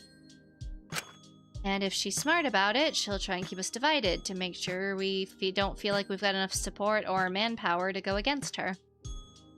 Exactly. That's why I was thinking, every day from now on, we should have secret meetings at night. Ones she doesn't know about and can't interfere with or listen into. That way, we'll always have a space to talk and plan if things do go south. This all feels like a little bit too much for a hypothetical. I think she genuinely is just trying to help right now. Well, it's good to be diligent just in case. My best guess is, knowingly or not, she's gonna be overly cautious around Asuka. I reckon she knows Asuka in particular isn't exactly her biggest fan. I mean, she cannot exactly blame them for that. True, but I'm pretty sure she's gonna start getting paranoid that Asu is planning something against her. We should keep an eye on how she treats Asuka in particular, just in case. Lyra, my queen, so smart as always. This all feels a little too far. Dr. Elanius, even if she had made some pretty big mistakes, certain to just look out for the wider interests of the group. I'm also a little apprehensive about her controlling your dosage again. That's something that she could easily exploit down the line. We can cross that barrier when we get there. Well, it's best to preemptively have a plan in case the situation becomes dire, is it not? I guess so, but I feel like if we start immediately assuming the worst, it's just gonna make us all more paranoid and irrational ourselves. We should only really act if she does start slipping into these behaviors. I get that, but we should still be prepared. Besides, if you already have someone's life on your hands, it might make it easier to do it for a second time. Asuka froze up and shut their mouth quickly. The silence that fell around us made it clear why. Footsteps. Someone was approaching. It could only really be two people, and if either of them caught us, it was sure to stir things down the line. I mean, could be the janitor. Or like Amelia. I watched Asuka's eyes dart to both ends of the hallway, wondering which end to run to, but these hallways were so echoey. Either way we went, we were bound to be caught. But there was one option that we neglected to think of that Asuka quickly chose in the moment. They slipped open the door to the warden's office and ushered us in. I don't really know why we went along with it at the moment. It was a terrible idea, but I suppose a sense of urgency made me move before I processed what I was doing. And before we knew it, we were closing the door behind us in the warden's office, all letting out a collective sigh of relief. We were so overcome by it, we almost forgot where we were. The fuck? Oh no. I'm sorry, can I help you? Sorry, we were just... Weird to see a whole group of you in here. I barely get any of you coming in, let alone an entire private party's worth of ultimates. What the hell do you want? What's it to ya? Listen, we'll leave in a sec. Sorry for disturbing you or whatever, but we just needed to hide in here for a few minutes. Whatever. Not my business. I couldn't care less about what you all do. We're going to host these daily check-in meetings. Got to find a more secure location. The hallway is far too exposed. I'm trying to think of more secluded areas. Maybe medicine storage? Or the library? Could the faith room work? No one goes too far from the common room at night. Precisely. So, if we're seen walking back from anywhere too far afield, it'll be seen as suspicious. I guess the labs are close enough to the cells, but if Alora's gonna be anywhere outside her cell at night, it's gonna be there. And the canteen is way too exposed. I mean, we could postpone or hold off on the meetings until she does something noteworthy. No way. We need to catch on to every little thing. At the first sign of trouble, we all gotta be on the same page about how we're gonna deal with it. You need a place to meet every night, you're free to use my office. Huh? What? Wait, really? Are you sure? You won't snitch? To Fu? Or the doctor? No way. I'd sooner die. I don't know. This feels like a trap. Take it or leave it. It's your choice. If you want to risk getting locked up, then it's not my problem. I'm fine with you being in here, just don't be too loud and we won't have issues. This was weirdly friendly for Amelia's standards. Or at least shockingly neutral. And clearly I wasn't the only person who was a little apprehensive. Ismini pulled us aside and hushed her tone, leaning in slightly. I'm uncertain about this. Anyone who trusts someone like her would undoubtedly be a fool. Asuko blinked at Ismini for a moment before letting out a small chuckle and walking past her. Don't you know? I am a fool. The ringleader held their hand out to Amelia, who just sort of stared at the outstretched hand. You've got yourself a deal, Emmy. Don't call me that. Alright. I got it, Amelia. I promise we won't be too loud. Yeah, whatever. Amelia clicked her tongue and spun around on her chair a bit to face away from us. Go figure. It's always something with Asu. I don't know how they do it. Don't know either, but I'm not gonna bitch about it if it means we've got a good place to meet at Nats.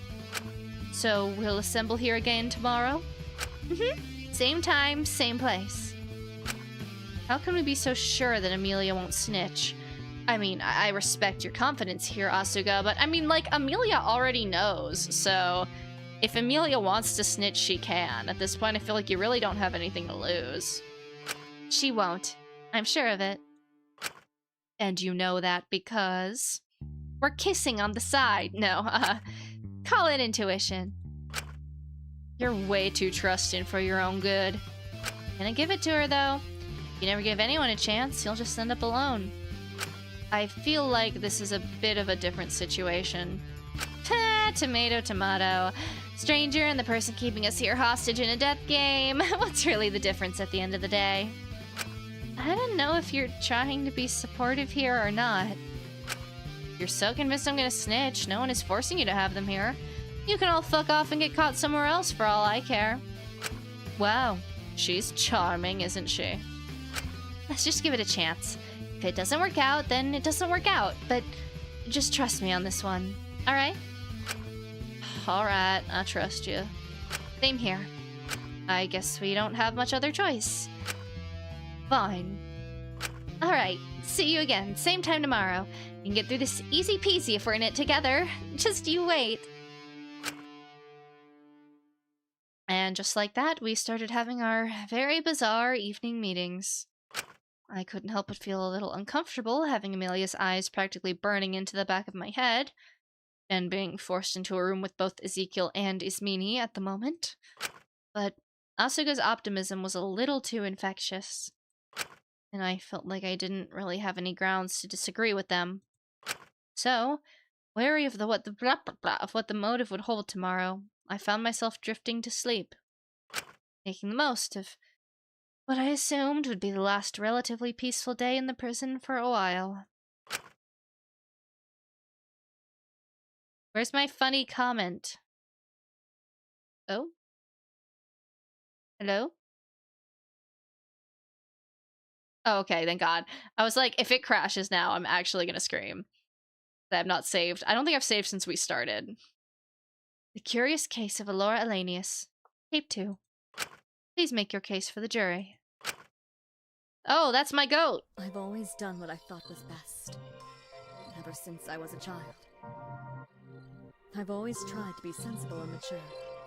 Even when I was doing horrible things, I always believed it was for the greater good. I may have made errors in the past, but I need to rectify them. I need to take this final chance to do what's right. Does this mean she's alive? I hope it does.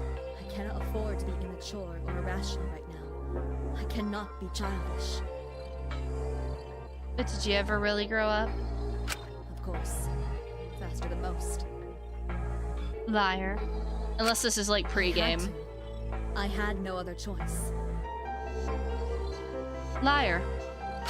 Even if we cannot find an escape, I will keep people alive.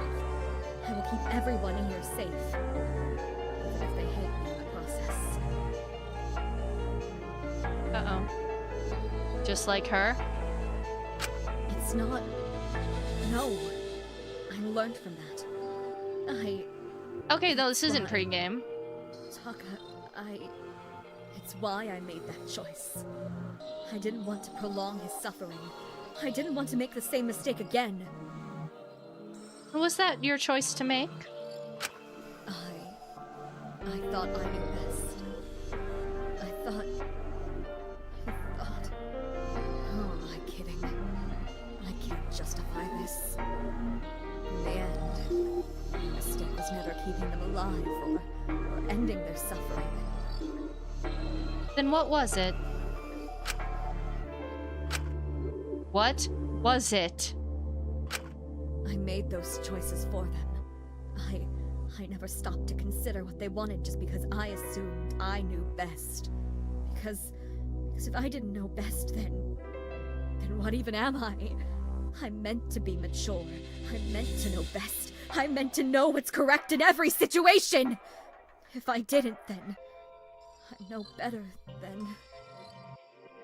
than... How childish. How childish. I'm sorry. How childish. Don't give up on me. I'll try harder. I'll do it right this time. I won't make any more mistakes. Please, please, don't lose faith in me. How childish. I'm good. I promise. I'm good. I'm not a failure. I'm not. I can't be. Then what are you? I don't know. Take out your earpiece. Take out your earpiece. You really are no better than a child.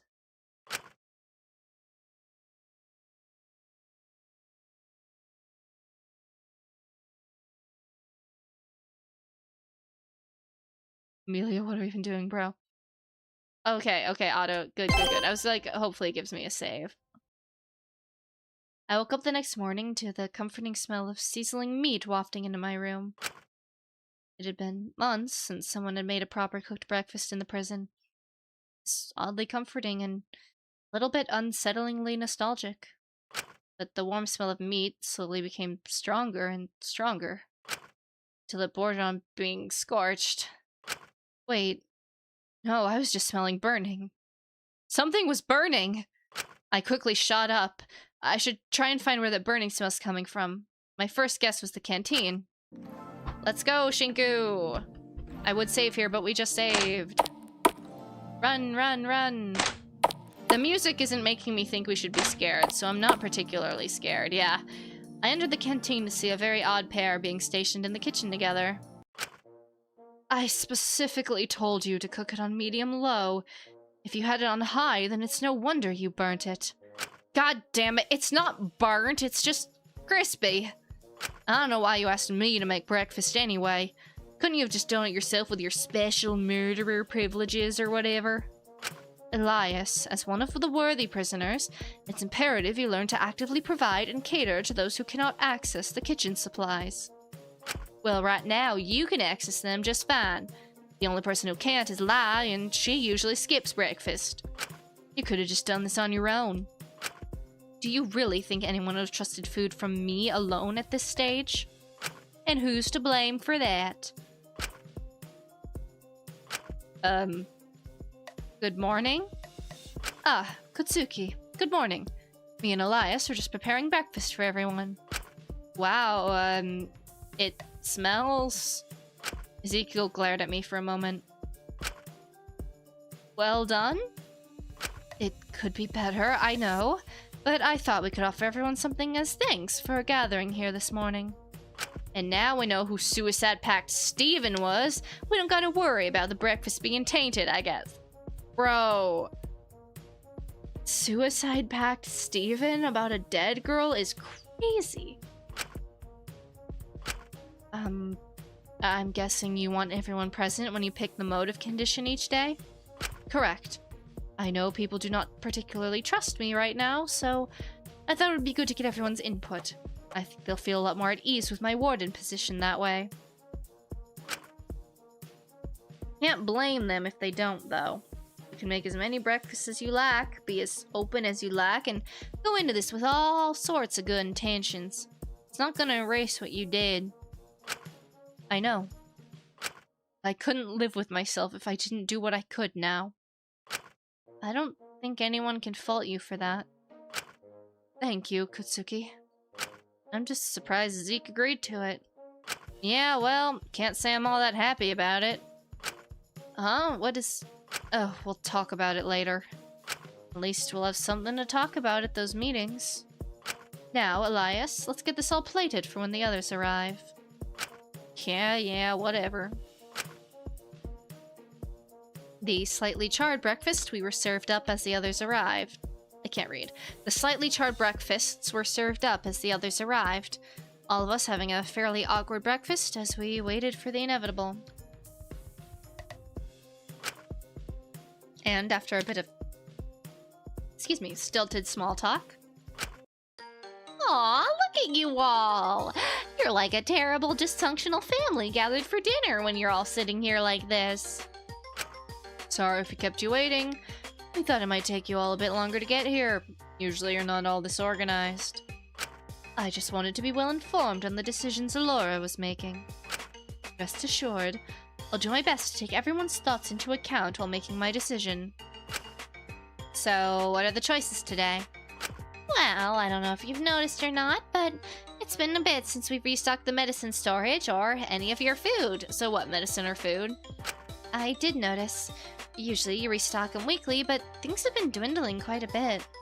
Well, much like the government decided access to healthcare and food was a luxury, not a basic human right, since it requires the labor of others, we've decided that both those things are luxuries in the prison as well, and have decided to suspend restocks indefinitely until the next murder. Oh, that's some BS, and you know it. Well, you weren't exactly saying that when Hope's Peak was slipping you rocks under the table, were you? Say shit like that to her again, and I'll give you another reason to get a gold tooth, asshole. For once, I found myself supporting something Ezekiel said. So, what is the choice here? Since we're oh so kind, we'll resume restocks of one of them. You get to pick which one it is. So it's between food and medicine? How are both of them looking right now? Pretty bad. We've knocked through a lot of the essential medical supplies patching my wound. And as much as we've tried, Asuka's wound isn't going to heal anytime soon. It needs continuous treatment. But the food ain't looking much better. We're basically just on cans and a few frozen bits now. Doesn't really help that someone burnt the last of our bacon to a crisp. If you're gonna be a little bitch about it, go ahead and starve for all I care. Shit, so both are pretty dire right now? I think you go medicine. I'm gonna be honest. Like, I get it, food, but you can live a long time on food, even if it's not the best food. But if someone gets hurt, we need medicine. Especially for Asuka's wound. Alright, I'll pick the medicine to be restocked. Is that your final decision? Of course. We can far more easily produce our own food in the prison than we can synthesize our own medical supplies. And I cannot risk Santil or Chatel's lives like that. But isn't restricting food risking all of our lives? On average, we can survive a few weeks without food. I have faith we can stretch out our current food supplies long enough for us to find or create a sustainable way to produce more food with our current resources. How confident are you on that? Completely, but only if everyone agrees to collaborate here. These are the types of conditions we'll have to pick between, then the best way to navigate this motive might be to plan around them and delegate tasks daily. Eat the frogs, I'm sorry, like, if it comes down to it. Especially if this follows the pattern the previous motives did and increase in severity the longer they persist. I'm not just gonna do free labor. If you want me to do that shit, then pay me. Zeke, people are dying. Zeke, if there's a time to swallow your pride, it's now. We've all got to be in this together. If I had a drink every time Asuka said we gotta be in this together. Besides, if we're all always working, it'll probably help minimize the opportunities people have to go behind each other's backs and execute any plans they may have. Precisely. But of course, this will only work if everyone complies here. So, with that in mind, the medicine storage is my final decision. And that's settled! No more food restocks for the foreseeable future, but we'll restock the medical supplies tomorrow. Now, I've got to nip off to sort all that out, but good luck! Looking forward to seeing how you all navigate this. Kat and Fu walked out, leaving just the 6 of us in the canteen. I think she made the right call. I would have done the same thing. Alright, let's establish this now. Every day, after the condition has been chosen, we'll all split into pairs and be assigned to different jobs to aid in the sourcing and production of food, and anything else we may need. Afterwards, we'll reconvene, address any potential issues that may have propped up, and report what we've done, and if the work is satisfactory, everyone can just continue with their days. Sounds reasonable enough to me.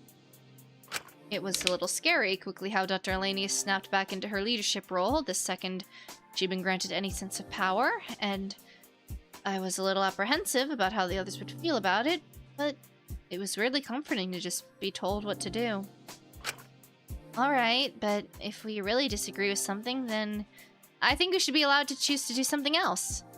We'll see on a case-by-case basis. Ultimately, this is for the benefit of all our collective survivals, so realistically, no one should have any major objections. Elias, Santil, you two will be in charge of assessing and recording what food supplies we currently have left in the canteen. Once we have a log of what we have, we can better ration it out. Yeah, sure, I can do that easily. Cersei, Chatel, Yuri, if you could, it would be good for you to search the rest of the prison for any potential sources of food we've missed. Similarly, if you could do everyone's washing so they can better focus on their own tasks, that would be appreciated. Putting 2 remaining girls on washing duty? Wow. Oh, don't make a fuss about it. It's not the end of the world. We can kiss in the washing room. We can learn how to use a washing machine together, I'm sure. It should be simple to figure out. You don't know how to use one already? And me and Kotsuki will be in the courtyard trying to see what we can do with the vegetable patches. If all goes to plan, we should hopefully be able to turn it into a consistent, sustainable source of food. Sounds good to me. And my dad had a bit of a green thumb, so if I'm gonna be able to help with anything, it'll probably be gardening. Yeah, whatever. Just be careful not to damage the other plants in there. We'll try our hardest. Now, does anyone have objections to any of that? Are those pairings alright for today? I reckon she was playing it safe with the pairings. She probably felt I was the safest bet to pair with herself. I'd likely result in the fewest objections. Very well. We'll reconvene in here in 2 hours and discuss what we found. Kutsuki, let's go to the courtyard. Right, of course. How is his meanie? Hey, we are not slandering his meanie in this house. I quietly followed Dr. Elenius down to the courtyard, an awkward silence filling the air as we went. I had no reason to distrust her currently. She hadn't done anything to warrant everyone's suspicions of her abusing this motive to her advantage. So I felt like I was slightly betraying her by not informing her of the midnight meetings. But even so, the others were justified in feeling apprehensive about her, considering everything that happened with Taka, and how quickly she'd been able to snap back to her old ways today. So I couldn't snitch on them in good faith, either. Not to mention that earpiece. Still hadn't taken it out. Honestly, I was a little worried. But there was no time to dwell on that as we approached the slightly scruffy-looking vegetable patches. Well, here we are. You were really taking charge back there, weren't you? Of course. Is there a problem with that? No, I was just a little surprised. It's been a while since I've seen you like this. Ever since Taka's death, she'd been... There's too much at stake now. I have to do what I can to prolong our survival. If that means detaching myself, then it's just what I'll have to do. It's nothing I haven't done before. But was it really a good thing when you did that in the past? She ignored me and leaned down by the dirt. Got lettuce, carrots, potatoes, and wheat.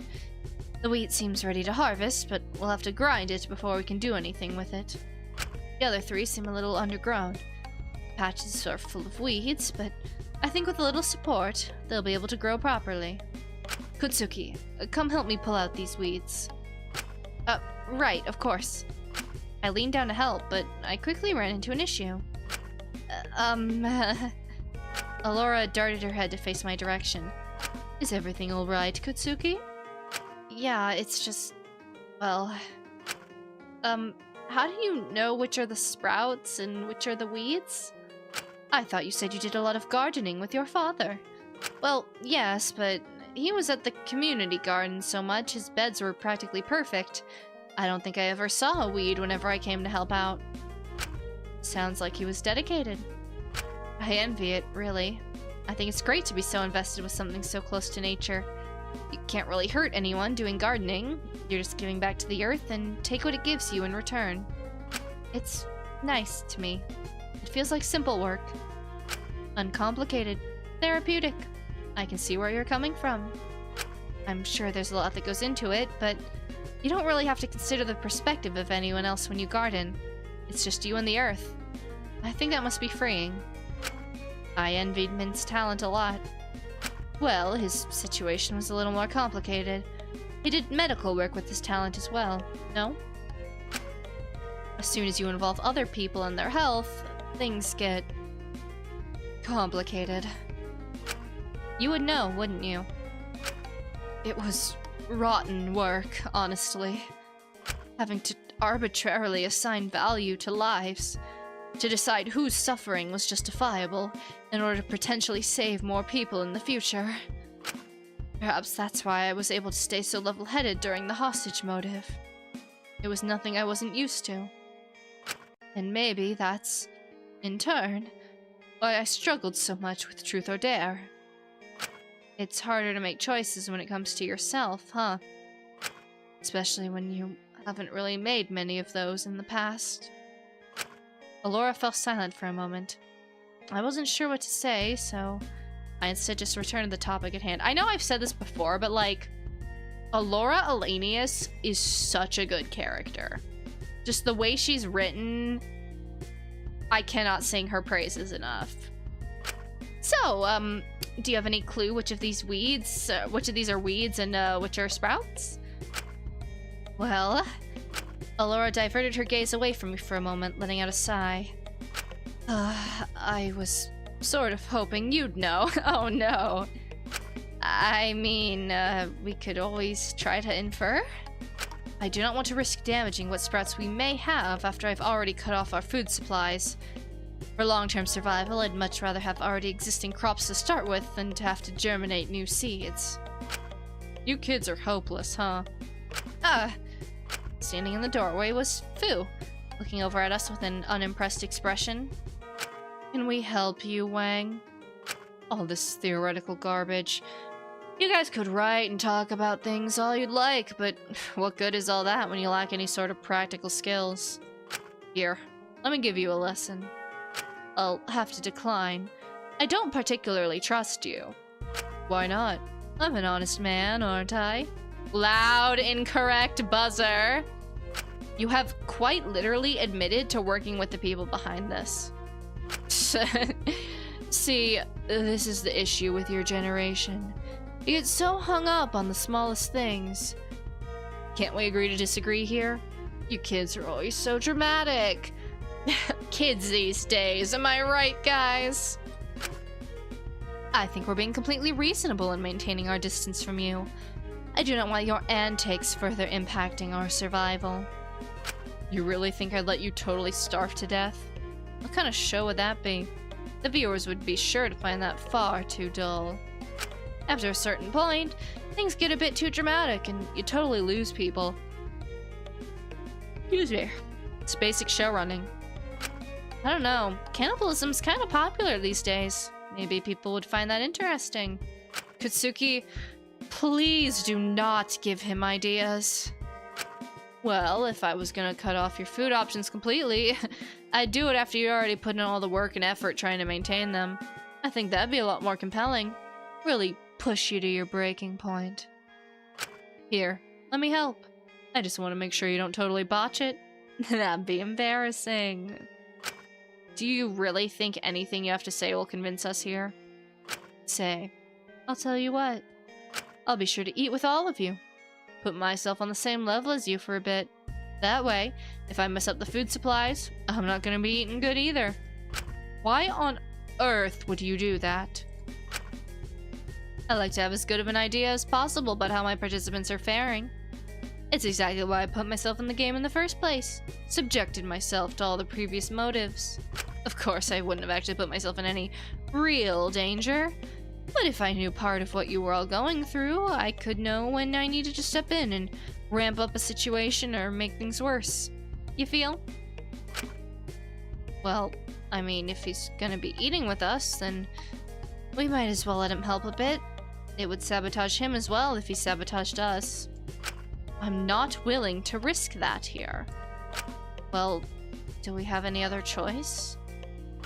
Surely one of the others would know better how to differentiate weeds from crops.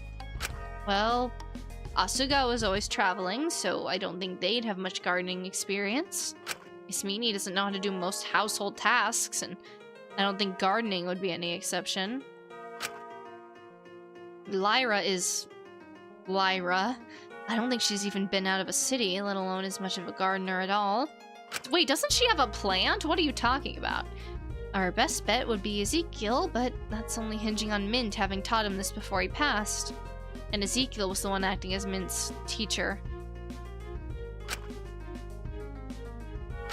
Let me give you this bit of help. Come on. Darjeeling let out a hefty sigh, pinching the bridge of her nose. I knew too this was something of a horrible idea, but I was honestly a little intrigued by Fu's offer. He was clearly giving it for a reason. If nothing else, this could be an opportunity to gather insight. Roll an insight check. Alright. Perfect. Let me show you how it's done. Fu took off his jacket and rolled up his sleeves, moving toward one of the vegetable beds. He explained to us the different weeds that tended to pop up, what they did, and how to get rid of them, and a lot more in pretty big detail. He also helped us better fertilize the soil and gave us instructions on how to care for each of the crops.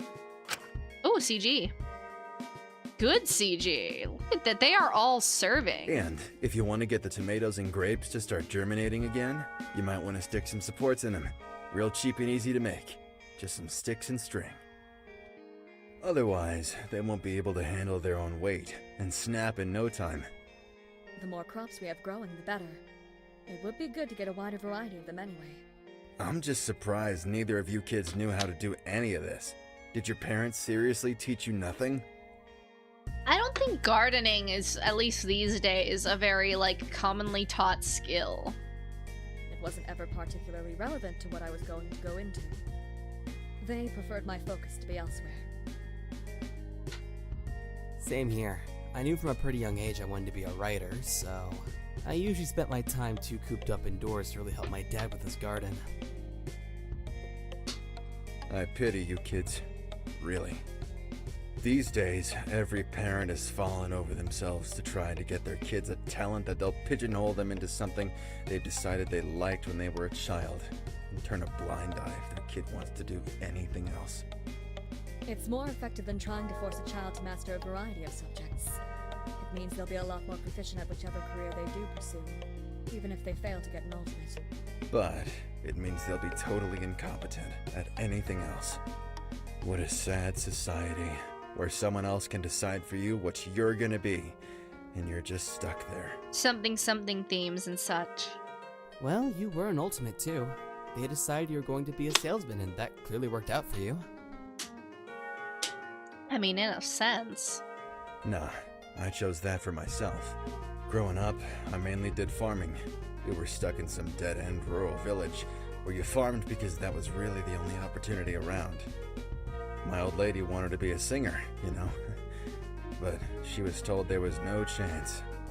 It was safer to just stay in the same sorry life her parents had, of farming and living hand to mouth on the poverty line.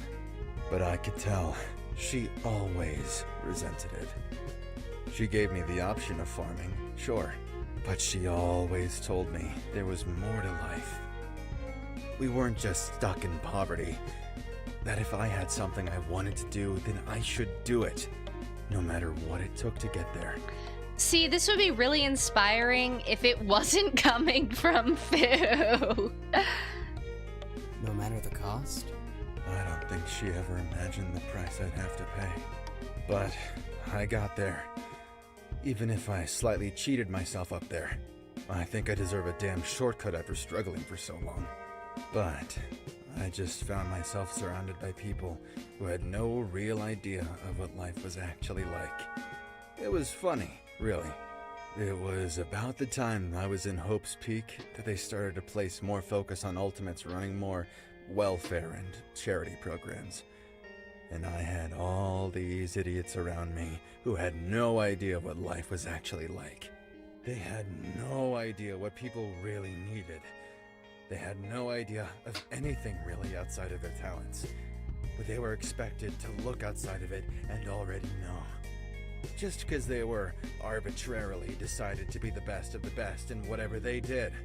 Ah yes, the classic Antebellum, let's hear a character spout their life philosophy at us. That's not a criticism, by the way, but they do that a lot in this game. Well, they must clearly hold some merit if they got a title in the first place. You kids are good. You make me laugh. Really, you're the stupidest geniuses I've ever met. Makes me a little sad, honestly. Boo seemed to pause, a strange sense of sincerity to his tone as he looked at us with a weird mix of pity and grief. But who am I to say anything? That should be the crop sorted. No need to thank me. I'm sure you can make it up to me later. Oh yeah, we need to make things up to you. I think you owe us a lot for putting us in a death game more than we owe you anything. I don't think that was part of your original proposal. It's me. You should know by now. Everything comes with a price. I don't know what else I expected from him.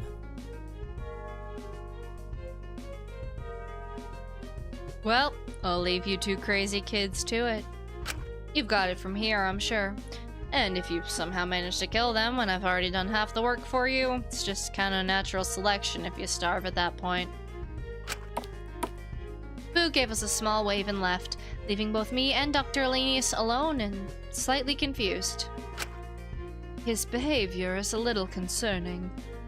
I can't seem to get a consistent grasp on him. It's almost like... Never mind.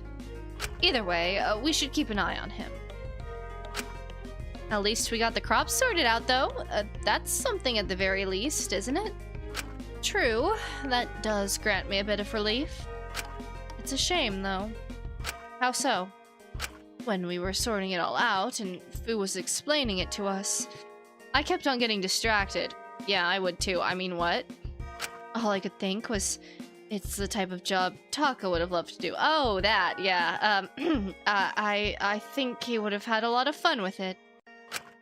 Her eyes drifted toward the pond in the center of the courtyard. My mouth almost instantly went dry. I didn't really know how to navigate this. We should probably meet up with the others soon. Ah, right. Sorry, yes. It was weird, really. How quiet the prison was now. Alora acting like she didn't do all that to him. I'm crying.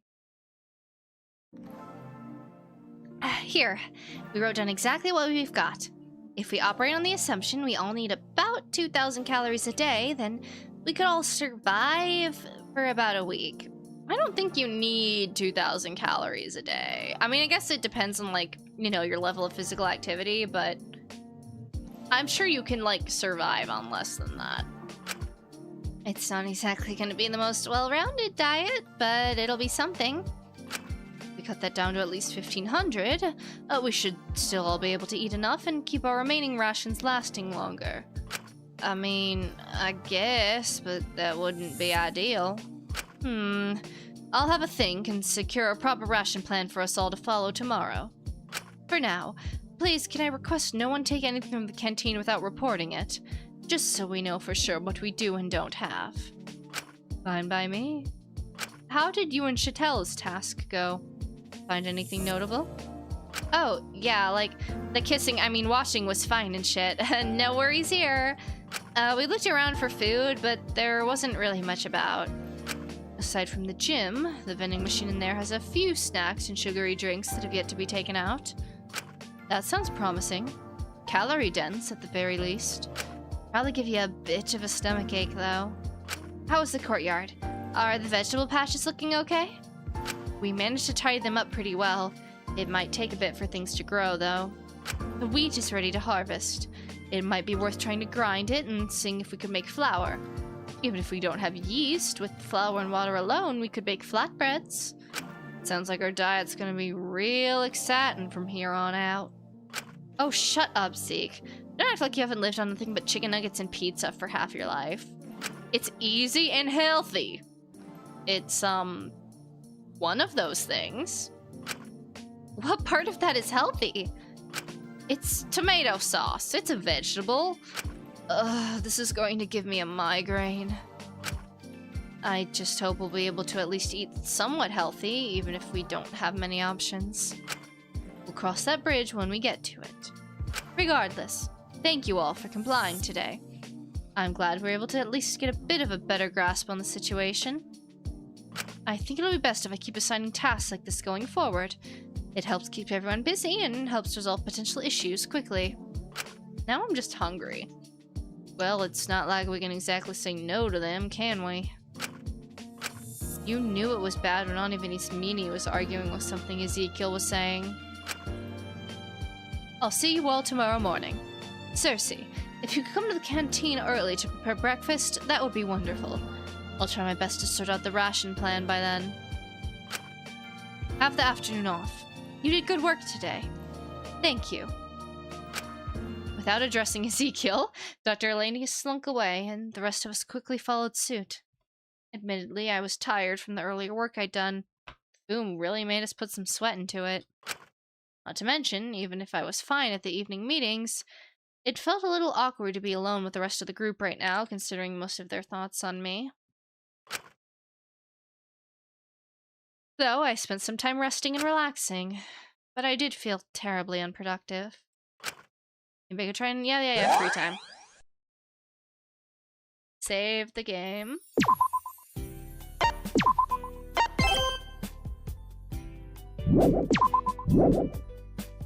Whee! Alright, we got anyone in the lobby? Lobby. No lobby. Alright. Oh, Alora! She's what, number 6, I think? Okay, she's not in her cell. Oh wait, we gotta do Amelia. Who is not in here? Oh yeah, she is. I'm just blind. What the hell do you want? Yes. You again. What do you want this time? I just wanted to see how you were doing today. What? Realize how shit your novels are? Trying to take a crack at being the ultimate therapist instead? You know, maybe you'd be a pretty fucking good therapist. Make a lot of money at least. None of your patients would ever get better. Only worse, if anything. Come on. Hey, you're the one who keeps coming to me. If you don't want to be insulted, take a hint and get out of my office. Ever wish you could explore the rest of the prison? Not particularly. Must be pretty cramped being trapped in here. Yes, it can be, but I don't really care. I don't really feel a need to leave. Except, well... Never mind, this is fucking stupid. What? A band I like was having a concert a few months after this all started. They were the first music I really listened to after I ran away, and I don't know, they helped give me the energy to keep moving. Sometimes, I kind of wish I could have gone.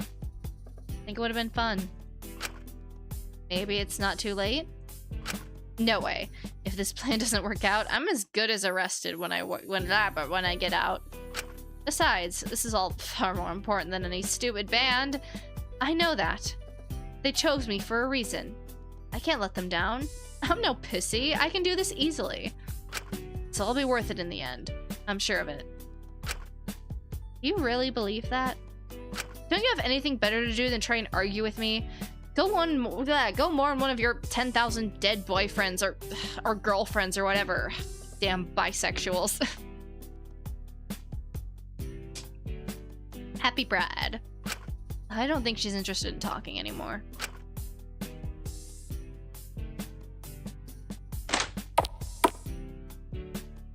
Alright. Oh, Lori!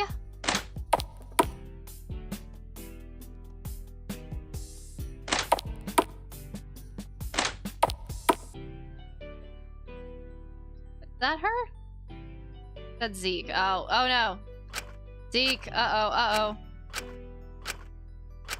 I don't want to be here.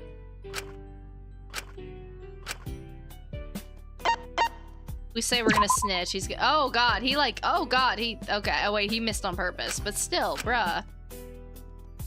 Say a word to her and the motive ends today, bruh. We're gonna get out of here.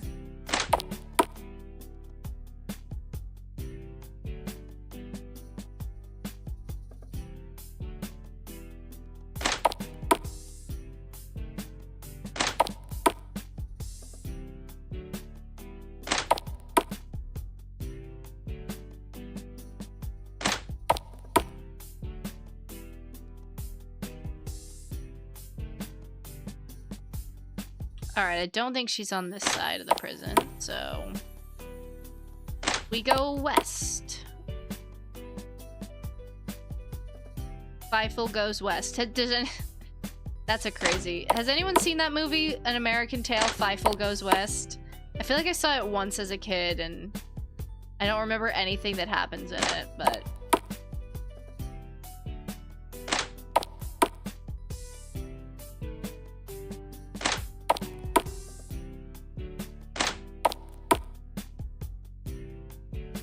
No, that's Lyra. I love you, Lyra, but you're not who I'm looking for. I swear to God, whenever I'm looking for someone, I will find every single character except the one I'm, like, looking for.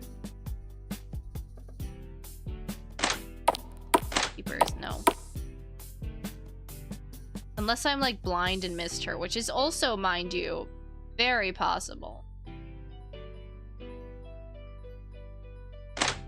Oh, wait, I missed, like, those 2 entire rooms. There she is.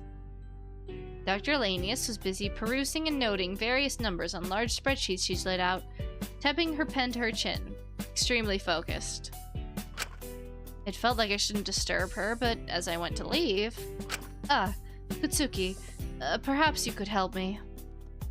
Huh? I'm currently sorting out the ration plan from here on out. We'll be able to live for a while. Whether we'll be comfortable is another question. But... would you rather have 1 week of satiation and a month of starvation? Or the same amount of time, but feeling a mild level of hunger or dissatisfaction the entire duration? Honest to God, probably the second. Precisely. I believed that would be better than the alternatives.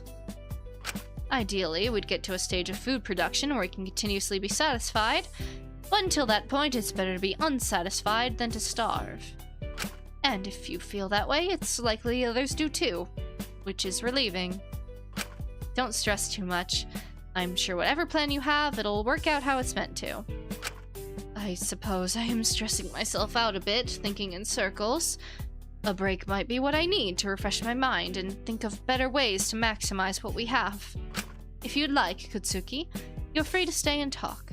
I think it could do the both of us some good. Sure. Wonderful.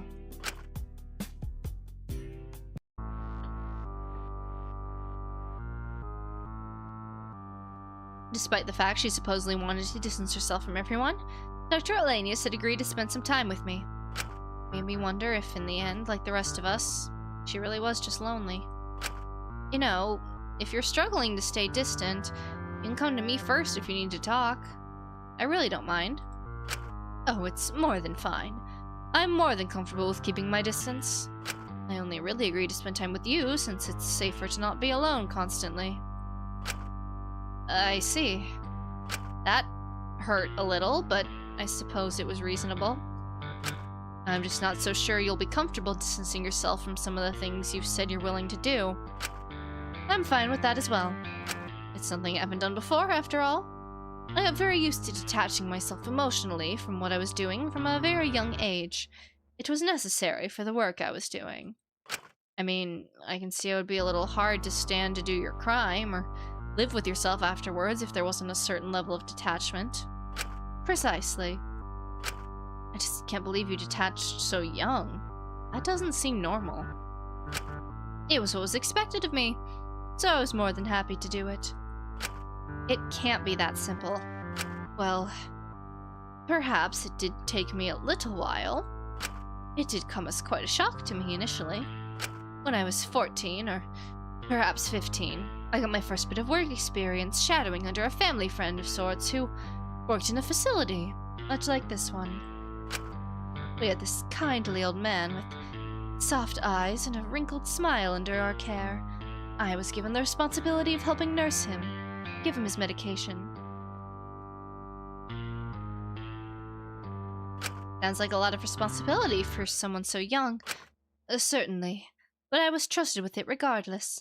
It felt very important to me. I took great pride in knowing I was helping him. There's something wonderful, or at least, at the time it felt wonderful, about defying all the odds and using knowledge, science, and innovation to give someone a second chance they'd never have otherwise. Perhaps it's childish to say, but at the time, even if I'd never admit it, it almost felt like I was doing some sort of magic. I was still so simply naive and childish back then. No matter how I tried to present myself. How childish. Patient's condition seemed to decline no matter what I did. I tried not to let it bother me, but it was upsetting. I was incredibly nervous to fail the first job I'd been given. And it's never nice, Seeing someone lose their energy slowly but surely. I think that's a given. I thought somehow we'd missed something. That perhaps I could salvage the situation. That somehow I'd have the answer. So I looked through all his files extensively, only to learn the treatment we'd been given him and all the symptoms I've been recording were all various different drugs the facility wanted to study the effects of. You mean, yes, he'd been a human test subject. Unknowingly, at that. It's clear to me his decline wouldn't have been half as rapid if it wasn't for our testing. It horrified me at the time. I don't know how it wouldn't. It's funny, really. Anyone from an outside perspective could see just how unethical doing such a thing was. Anyone would be horrified. But all the adults around me seemed unaffected. Felt ashamed for being as disgusted as I was. For being immature. For being upset. I remember hiding away in the bathrooms. I tried incredibly hard not to. But despite it all, I just burst into tears. I hated that I let it get to me so much. Look, I mean, say what you will about Alora and her choices, but there is something to... I think it is important to keep in mind she was raised in this environment as a child. I don't think she ever really had much a choice. And like she's saying here, she was kind of told that this was normal and made to feel like she had to accept it. And I'm not saying that absolves her of everything, but I do think it's an important facet of her character to keep in mind. But no matter how I rationalized it, I couldn't stop crying. Anyone would. But I wasn't meant to be just anyone. I hated feeling like I felt like I was letting everyone down. Would you get into trouble if you didn't meet their expectations? I didn't know what would happen. To me, not meeting them simply wasn't an option. But regardless, I was crying in there so long that the colleague I was shadowing under ended up finding me. I tried to act like it was unrelated, but they could see right through me. I recall, upon seeing how upset I was, they leaned down to me and comforted me in a way I wasn't particularly used to. It was nice, but it felt a little patronizing. Still, I appreciated it in the moment. I can never forget what they said to me. They told me that it may hurt to cause so much harm to one person, but in the grand scheme of things, doing so could help find cures or discoveries or treatments that could save thousands, if not millions of lives. That their temporary pain and suffering would reduce pain for so many others in the future. And that in the end, it was worth it. The cost of one life was worth it to save countless in the future. They told me to not see myself as horrible or immoral, but to take pride in my work, in who I would eventually help, to focus on that instead of the lives of those we tested on. And did that help to hear? I was back in the patient's room later that afternoon, administering the drug tests as I always had. I continued, steadily, till the day he passed away, and my shadowing period ended. And when I progressed into my professional work as an adult, there were very few times I found myself hesitating or thinking too deeply about the ethics of what I was doing. I detached myself from work, from the subjects, by focusing on the bigger picture, the end goal. That made everything I had to do a lot easier. Even if I was perhaps too young to learn the lesson when I did, I'm still glad I learnt it. Otherwise, I would have not been able to work half as well as I did as an adult. I apologize. I suppose this must all sound terribly inhumane from your perspective. A little. I do not mean to scare you, but I just hope you can see that there's some sort of reasoning why I could stomach doing what I did. I'm not a monster. I'm human. I guess anyone could slip into rationalizing it to themselves if they tried to reframe it like you did. I can't agree with it, but I can see why you find it so easy to detach from things now. I imagine it's quite hard to get emotionally invested or attached at all when you've spent so long thinking like that. Indeed. Just try not to think about it too hard. I take things as they come and try to keep a level head about them. The funny thing about when I stop streaming for a while is whenever I start back up, I have to build back up my voice endurance. Because I've been talking for like going on 3 hours now. Yet, despite everything, you couldn't completely detach, could you? What do you mean?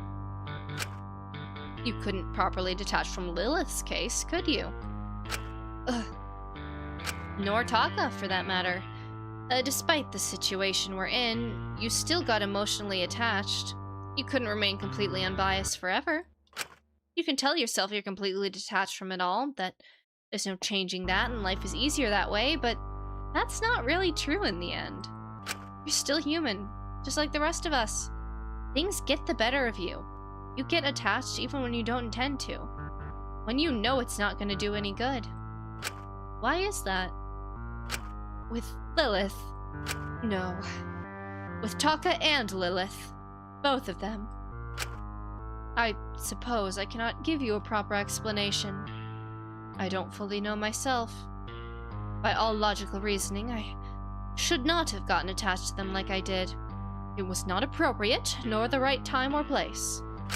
And yet, I suppose, it was nice to feel normal for a bit. You really are just like the rest of us, Alora. Starting to realize that. I suppose I'm not all that exceptional after all. I just wonder if everyone finds it this painful to be human. I didn't know if there was even a way to stop that pain. I knew without it, times that everything seemed like it would be okay would feel a lot less meaningful. Perhaps a world without any attachments, without any connections, without any complications would be easier. Less painful, less confusing. But despite all the pain you've brought me, I still want to see you again. I wouldn't want to live in a world where I wouldn't. Being human is the most painful thing you can be, but I don't think I'd want to be anything else. I just hoped Alora would realize that herself eventually.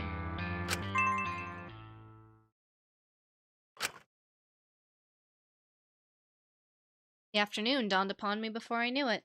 For a little while I was walking to the showers when I stopped by someone. Oi. Sam. What do you want? Nothing personal, but you gotta come with me. Why? Asu insists on it for some reason. God knows why. Is anyone else there? Oh yeah, everyone. Aside from Alicia and Fu, obviously. We're all gathered in the courtyard. Why? Last spotted the campfire in the courtyard and figured even if she couldn't touch the kitchen stuff, she could probably use it to circumvent her corrupt verdict and actually cook something for once. And when Asu heard it, they wanted to make it a whole big thing or whatever. Insisted everyone come so we could better get along. Huh. Can you, like, make up with Isabel soon? I don't really like either y'all, but it's getting pretty fucking annoying just having to drag you two around all our shit so you're not sad and alone all the time. I don't think anything I could do would fix things at this stage. Sorry, just checking the... I could at least give it a try. Have you thought of that? I'm not gonna argue with him. It's not worth it. Well, whatever. You coming or not? Sure, fine. I'll pop in for a bit. I made my way over to the courtyard where the others were already gathered. Campfire flickering comfortingly.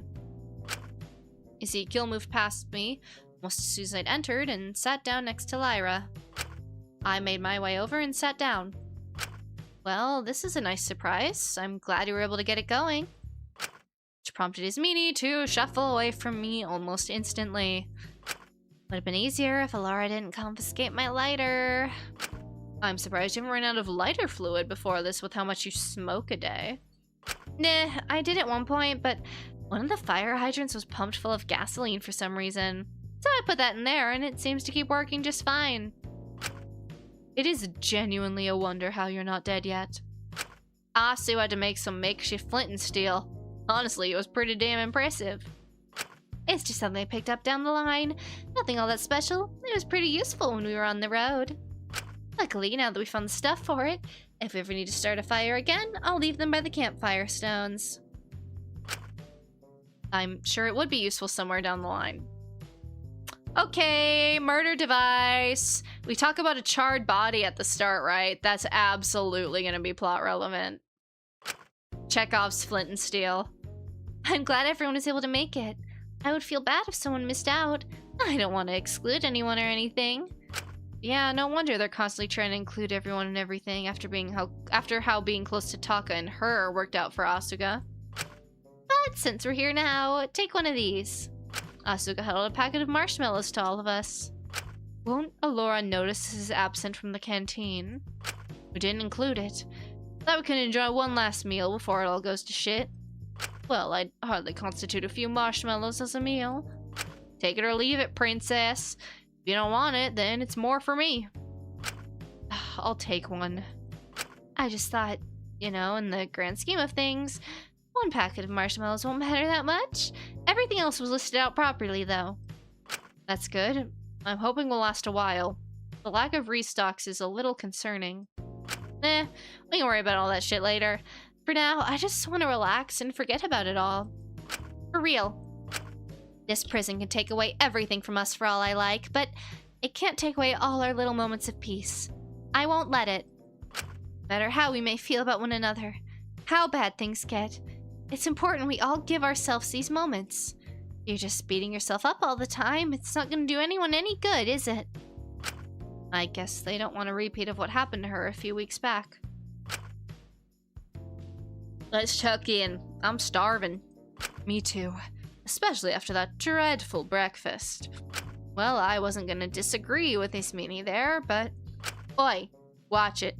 Bacon isn't the only thing that's gonna be burnt to a crisp if you keep running your mouth like that. Yeah, the fucking body that's gonna show up later. Am I right, boys?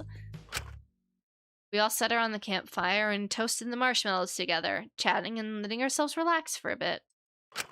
Admittedly, even if I felt awkward, it was nice.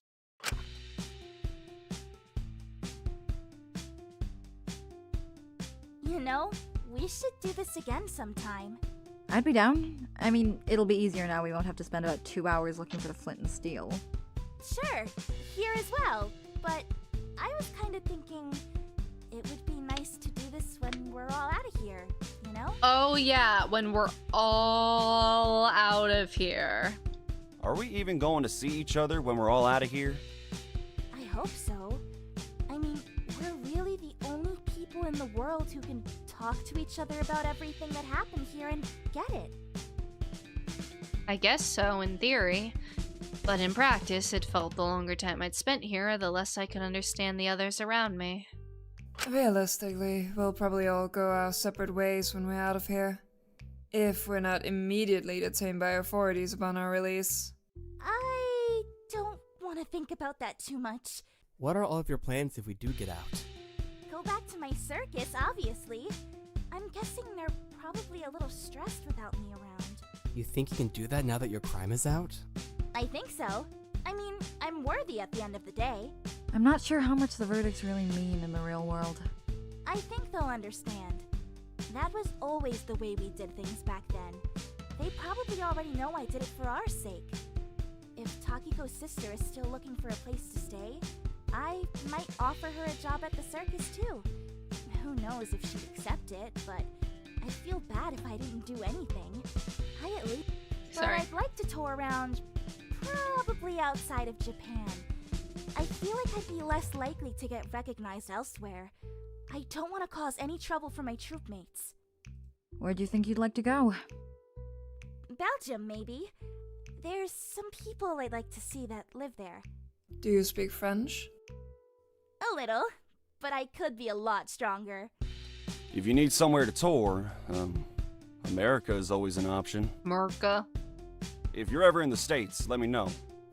I'd like to touch base with you after all this. Are you gonna go back to the US and keep performing? I mean, that's the obvious choice. And I mean, I'm damn good at it.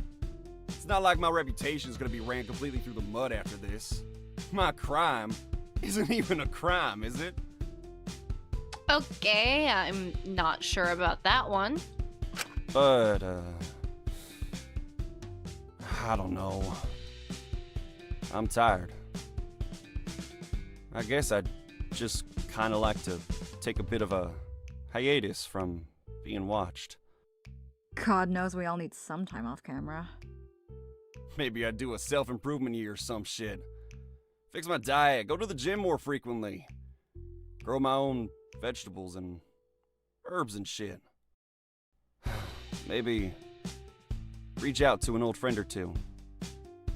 Make things right there. Zeke is cooked. Literally and figuratively.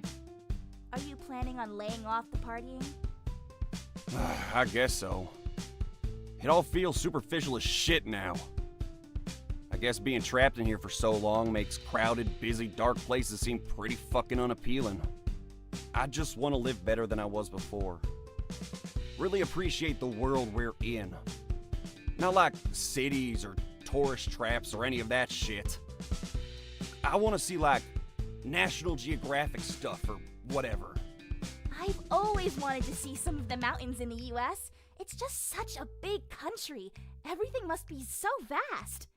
Well, hey, once again, if you're over here, you can take a tour.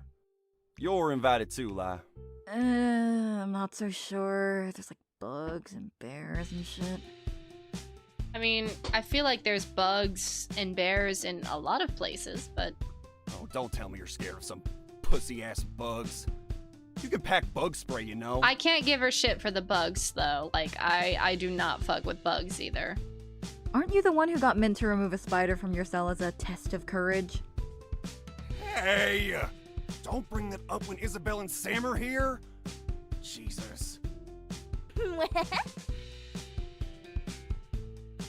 Honestly, as terrible as it sounds, seeing those three so happy and getting on made me feel awful. I was honestly jealous of how happy and close they currently seemed. Especially when the gap between me and Ismini was more obvious to me than ever. Well, what are your plans when you get out? Me? I don't know. I guess I'll cross that bridge when I get to it. You don't have anything you want to do? Well, I guess it could be nice to travel, go on a road trip or something. See all sorts of sights, swim in all sorts of places, just sort of be alone with my thoughts for a bit. Knowing you, you'd go insane being stuck with your thoughts for that long. Probably. But it would be nice to go somewhere rural and stargaze or some shit. The city lights always obscure them a bit. I'd like to see the real deal. Alright. Just know, you're stuck with me. And I'm not gonna let you go off and be some crazy stargazing nomad for the rest of your life. Whether you like it or not, we're sticking together once this is all over. I'm not letting you go that easy. Jeez, clingy much? I'm serious, Lai. I don't know. Being a crazy stargazing nomad completely cut off from the rest of the world doesn't sound all that bad. Probably easier than how I was living before. I think I'll do just that for a bit. And after all that? Who knows? I just kind of want to find something that makes me happy. Isn't that what we all want to find out at the end of the day? You know, if it's stars you want to see, the views out from where I'm from can be pretty decent. And if I ever travel stateside, we can all meet up again and look at them together. One of my troopmates knows a whole bunch of constellations. I could show you the ones I know. Of course Asuko would want to join them. Stars are just faraway suns, after all. Hell yeah! Sounds like a plan and a half to me. One of this trio is so cooked. Maybe think it's after a Zeke. while. I always wanted to study astrophysics as a kid, so I'll probably look into that. I think I just need to travel solo for a bit, figure out what I want. Well, when you find it, let's meet under Cassiopeia. Cassio, what? It's one of the brightest constellations out there, made out of some of the most luminous stars we know. I'm pretty sure it's visible from Texas. I don't know. I'm just repeating what one of my circus mates told me. They used to go on about stars for hours. Good times. Even if it meant I lost a whole lot of sleep listening to them ramble. You've got a lot of people out there waiting for you to come back, huh? Yeah. I miss them a bunch, honestly. But I always remember them going on and on about Cassiopeia. Because it's so bright, it's easy to see from practically anywhere. That's gonna come up later when It one of kinda this looks trio like a W. inevitably dies. Or a wave or squiggle or something. I'm sure you've seen it before. It's meant to be a throne. Hmm? It's named after the mother of Andromeda. According to mythology, she was placed in the sky for her vanity. She thought her daughters were more beautiful than the Nereids. Now she is forced to cling to her throne, trying not to fall off as she is wheeled around the North Celestial Pole. It always struck me how long she hung onto it for. She was willing to die on the hill of her beliefs. What about you, Princess? What exactly do you want to do when you get out? I'll just continue life like I always have. Even after everything? I don't know if that would exactly be the best for you. Well, what else am I meant to do? And what do you even know about my life? How could you possibly know what's best? I didn't mean... I knew what my life was going to look like before this. It was ideal. Everything was going exactly to plan.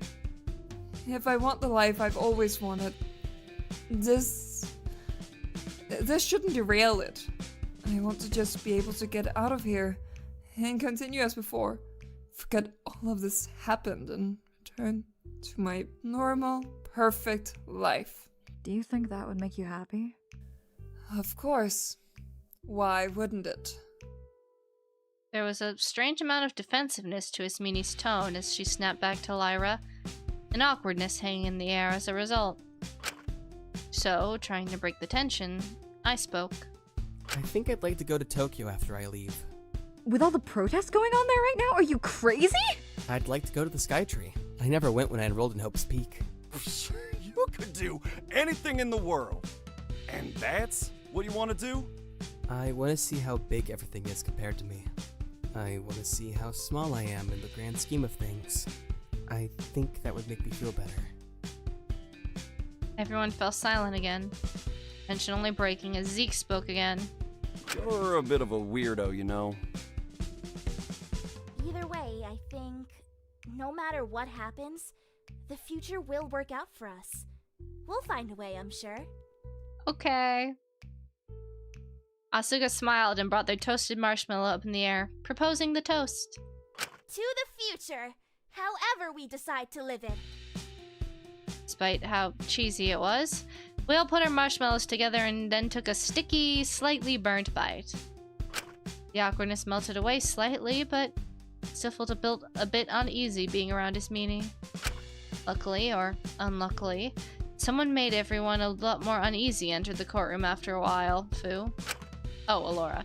Oh. Hello. I didn't expect to see you all here. As she entered, almost all of us fell silent.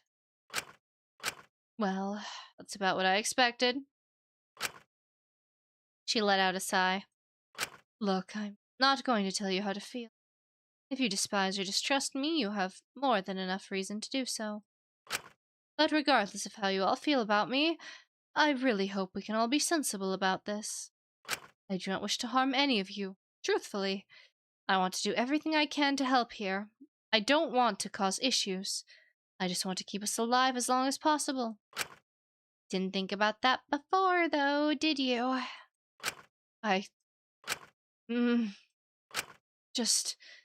Please do not see me as your enemy.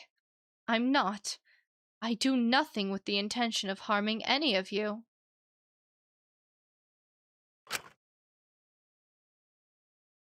But if there are choices I have to make to ensure everyone's safety, then I will, and you can resent me all you like for that when it happens. That's all I have to say. I'll leave you to your gathering. Just make sure you attend dinner. I've almost sorted out the ration plan. Have a good afternoon. Dr. Laney stood up and left the courtyard, leaving us to our afternoon once more, but her presence had caused the atmosphere to turn a little more volatile. Making choices for others. That's all she ever seems to do. Maybe that's why she was picked to be warden. Stop talking about when you get out, you will die! Everyone seemed a little bit more cautious about what they said. I'm sure everyone would be more lively at tonight's midnight meeting. Dinner came upon us, and we had a similar stifled atmosphere. When we finally disbanded, I almost felt a sense of relief. But I had a bit more time before the evening meeting. Perhaps I could hang out with someone before then? Alright, Shinku, we will actually not be hanging out with someone before then. Because I think this is a pretty good place to stop.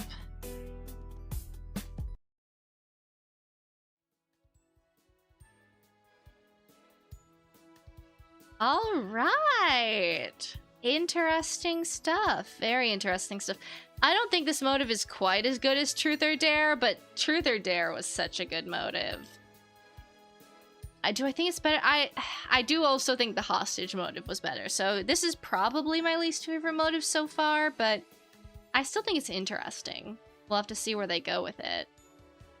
It is interesting they picked Alora. I'm wondering what the rationale was behind that, but like I said, not the worst choice, methinks.